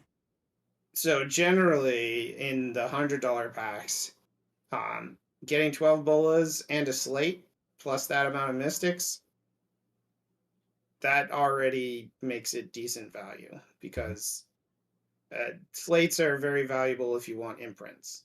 If you want imprints, if you're not looking for imprints, then a slate has no value to you. Mm-hmm. The Awakening Elixir and Potion of Ascension are nice. They just save you some farming. Like they're nice, they're convenient, but they're convenient. Ultimately, it's just stamina. Those are just stamina. Are holiday packs usually discounted or cheaper than regular packs? No, they're always the same price. It's just the quality of what's in it. Packs are always $5, $10, $30, $50, or $100. So I think for pack 5, depending on how you value the warm hearts, is probably a pretty decent value for a $100 pack. Pack 4, if you got a lot of MLs that you want and you want a Gamba. Keep in mind that the language of that is deceptive. Yeah, we'll get into that in a second here. I want to hear what it has to say though. The first, we'll say, hold on, just so he knows, so you can evaluate, like, the first one that says times 30, that's actually 6 3 to 5 star summons. Yes. And the 4 to 5 is 2. So it's 8 summons, 8 ML summons. I have a lot of these sitting in my inventory. I am aware of what they are. Oh, okay, wow. It's a little filthy because they do use the word selection and light and dark times 30. It makes you think you're going to get 30 pulls and 10 pulls, but it takes 5 tickets. It takes 5 bookmarks per pull. These are bookmarks, not tickets. Yeah, so, like, if you want to gamble, that gamble is not terrible, but it's not great. Because it's 2 4 to 5s and, like Sue said, 6 3 to 5s. So here's not one I would go for generally. Nah, I would never buy the left one unless it was like $20. So here's my take on these 2 packs. these are gamble packs. You could walk away from the left side pack with nothing but a bunch of 3-star units and 8 leafs. It could go absolutely awful. And some 4-star units, right? You're guaranteed at least 2 4-stars. Yeah, you're guaranteed at least 2 4-stars, right? The right side pack, you could walk away with nothing but 12 Molagora and a slate. Now, 12 Molagora and a slate's nice, but ain't $100 nice, okay? But they know what they're doing, right? This is a slate right after Senya came out and is a unit that can't be imprinted with other Senyas. This is a whole bunch of bookmarks and color-specific bookmarks right when Hua Young, who is very, very desired right now, is coming out. These are targeting people who are wanting to chase mystics and slates, and you've just got to accept the fact that you could be wiping your ass with $150 and throwing it out the window and get nothing but a couple of 4-stars and a potion of ascension and a slate, and a few Molagoras. But I would argue that, you know, like, if you're the type of person that wants slates or bottles, a slate or a bottle for $100 is always worth. Because they had a pack recently had a slate and the bottle for $100 in it, though. No, those packs didn't have slate or a bottle. They have a slate or bottle selector. It's actually they had one recently that had both. It was crazy. Because I bought them and I only got a selector. Oh, well, maybe I'm misremembering. I'm pretty sure the Black Friday pack had both, but yeah. It was a because I'm pretty sure I bought the Black Friday packs. Yeah. But anyways, like, that's, you know, these are packs that are loaded with dopamine and disappointment. You spends a lot. Like, yeah. You're trying to have imprints because the primary purpose of slates is to imprint limited units. Like, you really shouldn't use slates on anything other than limited units unless you have a lot of resources. MLs, you could just get their RGB counterpart. Yeah. All right, well, I looked it up for you. Tristen is correct. It is both. It is not a selector. In that Black Friday pack, yeah. Yeah, it's $100 for 40 leaves, 100 Skystones. I almost bought it because it was so insane. Yeah. Almost bought it. So anyway, I rate pack 5 a 7 out of 10, maybe even an 8 out of 10. For $100 that's loaded. It's got way more in it. It doesn't have it's got 400 more mystics. It's almost a whole ass extra 10 summon over the $100 mystic pack. And 12 Molagora and an unknown slate is worth 1,200 mystics. I think if they sold a pack for 1,200 Skystones that had a Molagora or 12 Molagora and unknown slate in it, everybody would drop those 1,200 Skystones. So this already, just the bottom 2, is the equivalent of the Mystic Pack, and we get this other stuff in it for free. Yeah, I think pack 5 is a very good value pack if you are the kind of person who wants to spend $100 on this game, and especially if you're chasing ML Hua Young. Not gonna lie, I might buy this pack if I get really fucking unlucky with Hua Young. The left side pack, I do not recommend or endorse unless you are desperate to get Hua Young. This has got a lot of bookmarks in it. It's more value than the $50 Mystic pack, but there's so much Gambit in this pack, and it's a little bit deceptive. What are Warm Hearts? They're part of a check-in event that we got going on. You can exchange the Warm Hearts for stuff in the, not kidding with this name, Gift Granny shop, to get random stuff. And it could be as simple as here's a leaf, here's 100k gold, to here's 1,000,000 gold, here's a Molagora. There's some nice stuff in there, but don't freak out over the Warm Hearts. You will be able to farm them naturally in game. You don't need to buy them. It's just extra little something to spend. The left side pack I would rate at a 4 out of 5 tops. I don't like Gamba packs. Pure Gamba packs. Left side pack is slightly better than a... Wait, did you say 4 out of 5? Did I mishear that? Or did you? I assume you meant 4 out of 10? Sorry, 4 out of 10. Yeah, I was like, 4 out of 10. 8 out of 10? 4 out of 10 and a 7 out of 10. That's where I'd rate these. Oh, something else, guys, when we were talking about the pricing on these, something else that makes me think these are going to be like $5 and $10, that they'll be cheap, is you can buy these packs 5 times. Oh wow! If that left one is like $2, then you could buy it 5 times. That's insane. 5 times. Oh, I'm sorry. You can buy pack 1 5 times. You can buy pack 2 twice. So you can buy this one twice. Pack 1 you can buy 5 times. Yeah, that left one. If that left one is like $3 or less, it's insane, man. Yeah. Now the last pack, and this one's for Sue, who said unless it's insane value, you don't buy it. So it's a gear pack. It's a thrice in a lifetime style pack. Oh, is this the Luna pack again? It's the Luna pack again because the gear in this pack. It's the speed hit set. Oh my god, this is the same one from the Luna pack. If this is $30 or less, it is a snap buy. But like when I say, oh, it is okay. This is a snap buy for, unless you are like a very high end player.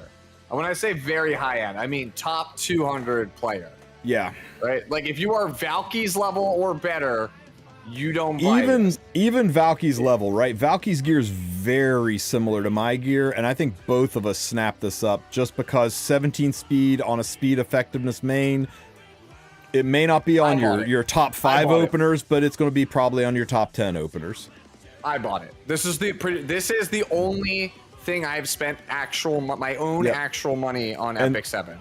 And the last time they did this, it was $30, which would be consistent if packs 4 and 5 are $50 and packs 1 or 2 are, $5 and $10 or $5 and $20. It would be consistent that this would be $30. If they raise this to $50, which I think it's actually still kind of value at $50, but if they do that, they're going to get so much blowback that they took a $30 pack and then just upcharged it. Well, they added extra stuff in here, so I think it's very possible this. No. Hez, the original one came with not only the set, it came with galaxy summons and stuff in it as well. Yeah. I mean, they changed it, right? Was better. The original was better than this. Well, no, but Hez is right. Hez is right though. Look right here. Look what's fucking right here. We know how Smilegate feels about fucking mana revision stones and how they think they are the most valuable thing in the game, and they this is the same to them. This is worth 1,600 sky stones. So that worries me a little, but I wouldn't be surprised if it was 50. And I'll say that, like, for anyone who doesn't know me well, I used to whale super hard in this game, so I have like easily over 20k spent on this game, and I bought this pack on the Luna banner, and it gave me my fastest HP neck on my So if if you need a good neck for your Alaya, boom, there you go. This perfect, pack, but it's pretty solid.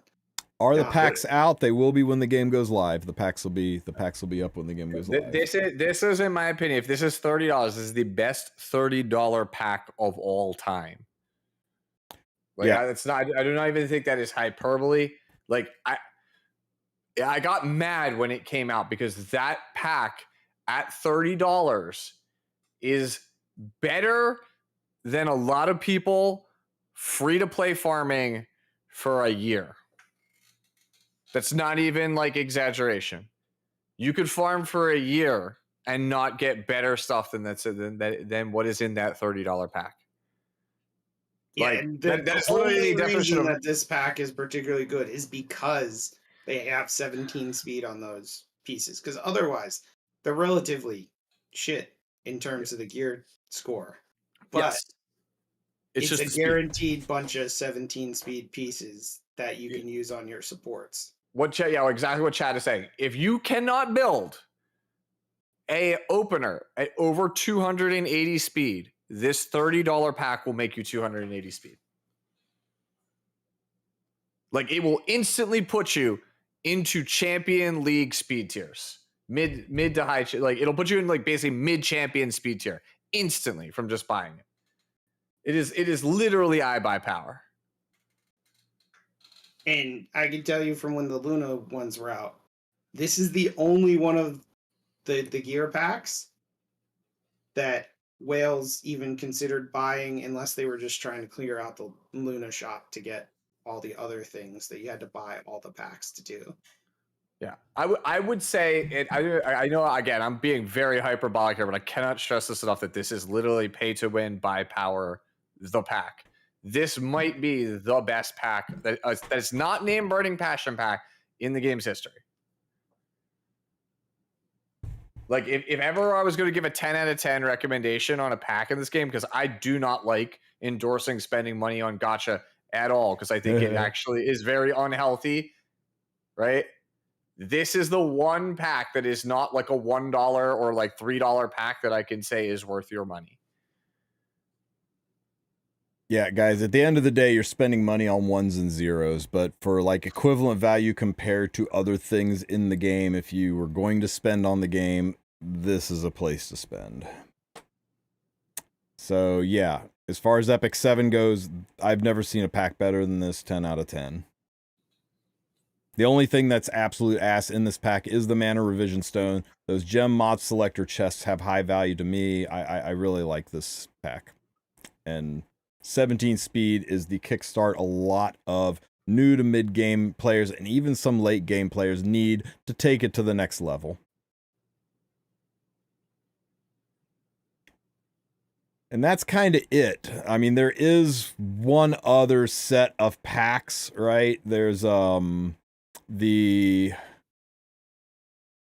I heard there's some really here? good packs on the PC client, Tristen. Yes, that's what we were doing. That's what we were doing. Where does it go? You just get banned if you PC client limited value packs. These are kind of a meme right now because there is an issue with people spending on the PC client and getting the PC client rejecting the purchase, refunding it, Smilegate's bot picking it up as a chargeback, and then your account gets banned. They're aware of it. It's happened to a ton of people, and I know they have known about it, like Korea has known about it since Friday. They're working on ways to first fix the issue and also restore the afflicted accounts. There is a link currently pinned in the chat. On the Twitch side, I will post it in the YouTube side if you are afflicted by this. How to kick gacha from your life, especially 7, buy these packs and get banned. Right. If you're looking for that little help to help you quit, just go ahead and buy the packs and get banned. But for real, if you're afflicted by this, click on that link and fill out a ticket. You shouldn't need to. If you don't do this, it doesn't mean that you're not going to get unbanned, but if you want to get your name in the queue, might get you a little bit faster attention, might get you a little more hands-on attention, try to link or send them copies of the transaction, explain what happened. Hopefully they get it turned around and reversed quickly, but they are looking at a way to stop this, and they want to sell these packs, so I'm sure they'll do it.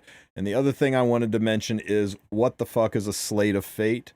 Slate of Fate is an unknown slate that only works on non-limited RGB units.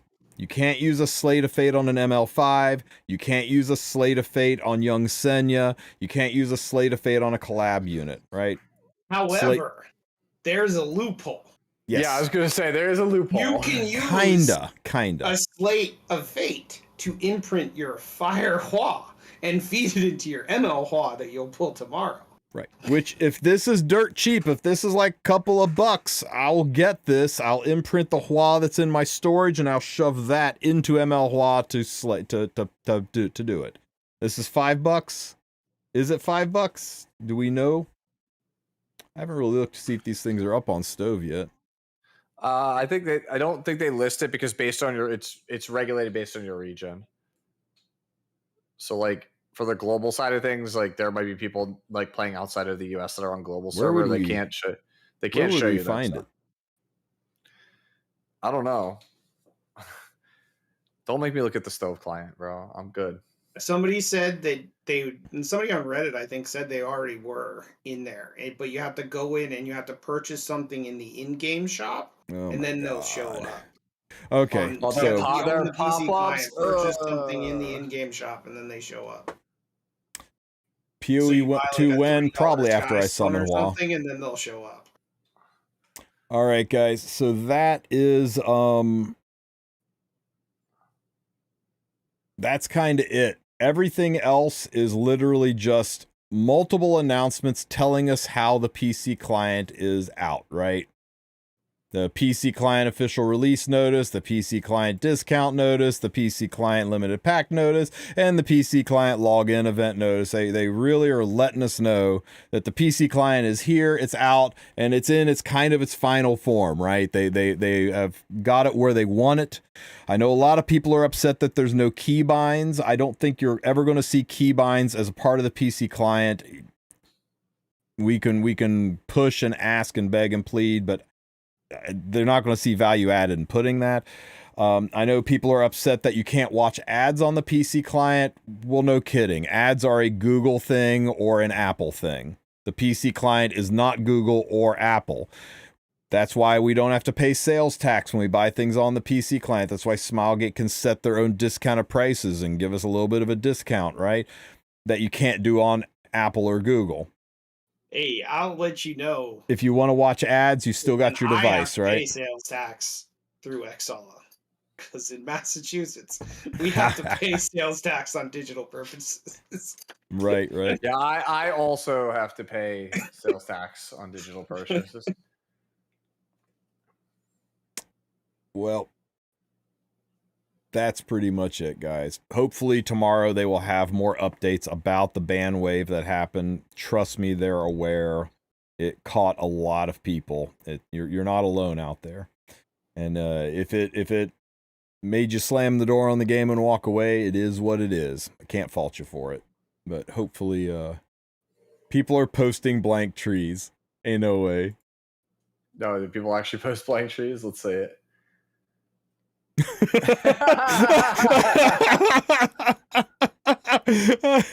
That's great. Holy shit. Backfired. Oh, Decorate your tree. Scroll down. I'll see. Let's see what else there is. They're all. Wait, that one. That's the one. That's the one. How about just a blurry one? Another blank tree. This guy just copied what the other guy did. Looking through a glass window. It's just a blank tree, but he's looking through a glass window. Sorry, I don't celebrate Christmas. I lost my glasses today, so it's fuzzy. Yo, I'm not. You know what I'm gonna do? Somebody's probably gonna beat me to it because I'm gonna say this now. I'm just gonna take the blank tree image and I'm gonna just invert it. Like put it in Photoshop and just invert it. Like hit the invert so that it's just backwards. So it's like it's a purple tree instead. That's great. All right, guys. I'm going to wrap it up here. It is midnight and we are about 3 hours away from the game coming back up. Remember, just if the game comes up early, certain things will be active in the game, but Hua's banner should be up, right? It technically goes live on at 11 o'clock, at 10 o'clock. So yeah, so everything goes back up will be live. I will not wake up at 3 in the morning to pull Hua. I will see you guys a little bit later in the day to get that kind of stuff done. 2 hours and 50 minutes. Not going to happen, guys. Yeah, not going to happen. You could just play PoE for that time, bro. I could, but you know what? You know what's kind of messed up, guys? You're going to laugh at me. You're going to make fun of me over this. I've played PoE so much the past couple of days that I think I sprained my thumb. It legitimately hurts to use the mouse. The muscle that you do this shit with, right? This shit with. Oh fuck, that hurts so bad. It's not that you sprained it. It's so I had to overworked it. Yeah, I overworked it. I did. So I took a whole bunch of Advil. I rubbed on it, and I've been staring at PoE, like really wanting to play, but knowing I gotta give. Yes, I went too hard. I messed up my second favorite internet surfing hand. Yeah, your second favorite. Oh wow. Okay, TMI. Yeah, but that's why I play fighting games on like a leverless controller now, because like, as I got older, I realized I couldn't play fighting games on like a joystick. like for like 4 or 5 hours in like a really long session like I used to, and I was like, okay, that's like that hasn't happened before. And then somebody was like, try leverless, and then I was like, oh, I could just play on leverless forever. Yeah. Like I don't have any issues. So what I'm saying is you need a leverless mouse, even though it Well, already is you know, leverless. he has one of those. It's called use the keyboard instead of the side buttons on the mouse. He is right. He is right. Okay, you guys want to go see Kami or Kamikita or Kasumi? Well, I'm a big fan of Kasumi. Kasumi's playing Zenless Zone Zero. That's what I'm going to be doing when we're done here. All right. Well, she's got drops enabled, so I'm going to send you guys over there. I will see you in the morning. If you pull for Hua before I am up, please don't spam me with your good luck. Okay, just let me enjoy a thing. But I hope you are lucky. I hope you guys have a really good time. Hez, Sue, thank you guys for being here. As always, I really appreciate you being a part of this. The rest of you guys, make sure you be good, right? If you can't be good, at least be good at it. And everyone remember to tell Smilegate how much you want an APOC buff in the next batch. Shit, yeah. Buff APOC. Honestly, at this point, I'll take it, bro. Like, I thought I was like, it's too soon. Nah, bro, bruisers are just in the toilet that aren't named Illinav. Like, all right, guys. I will catch you tomorrow. You guys have a great rest of your evening. All right. See you, chat. Thank you for having me.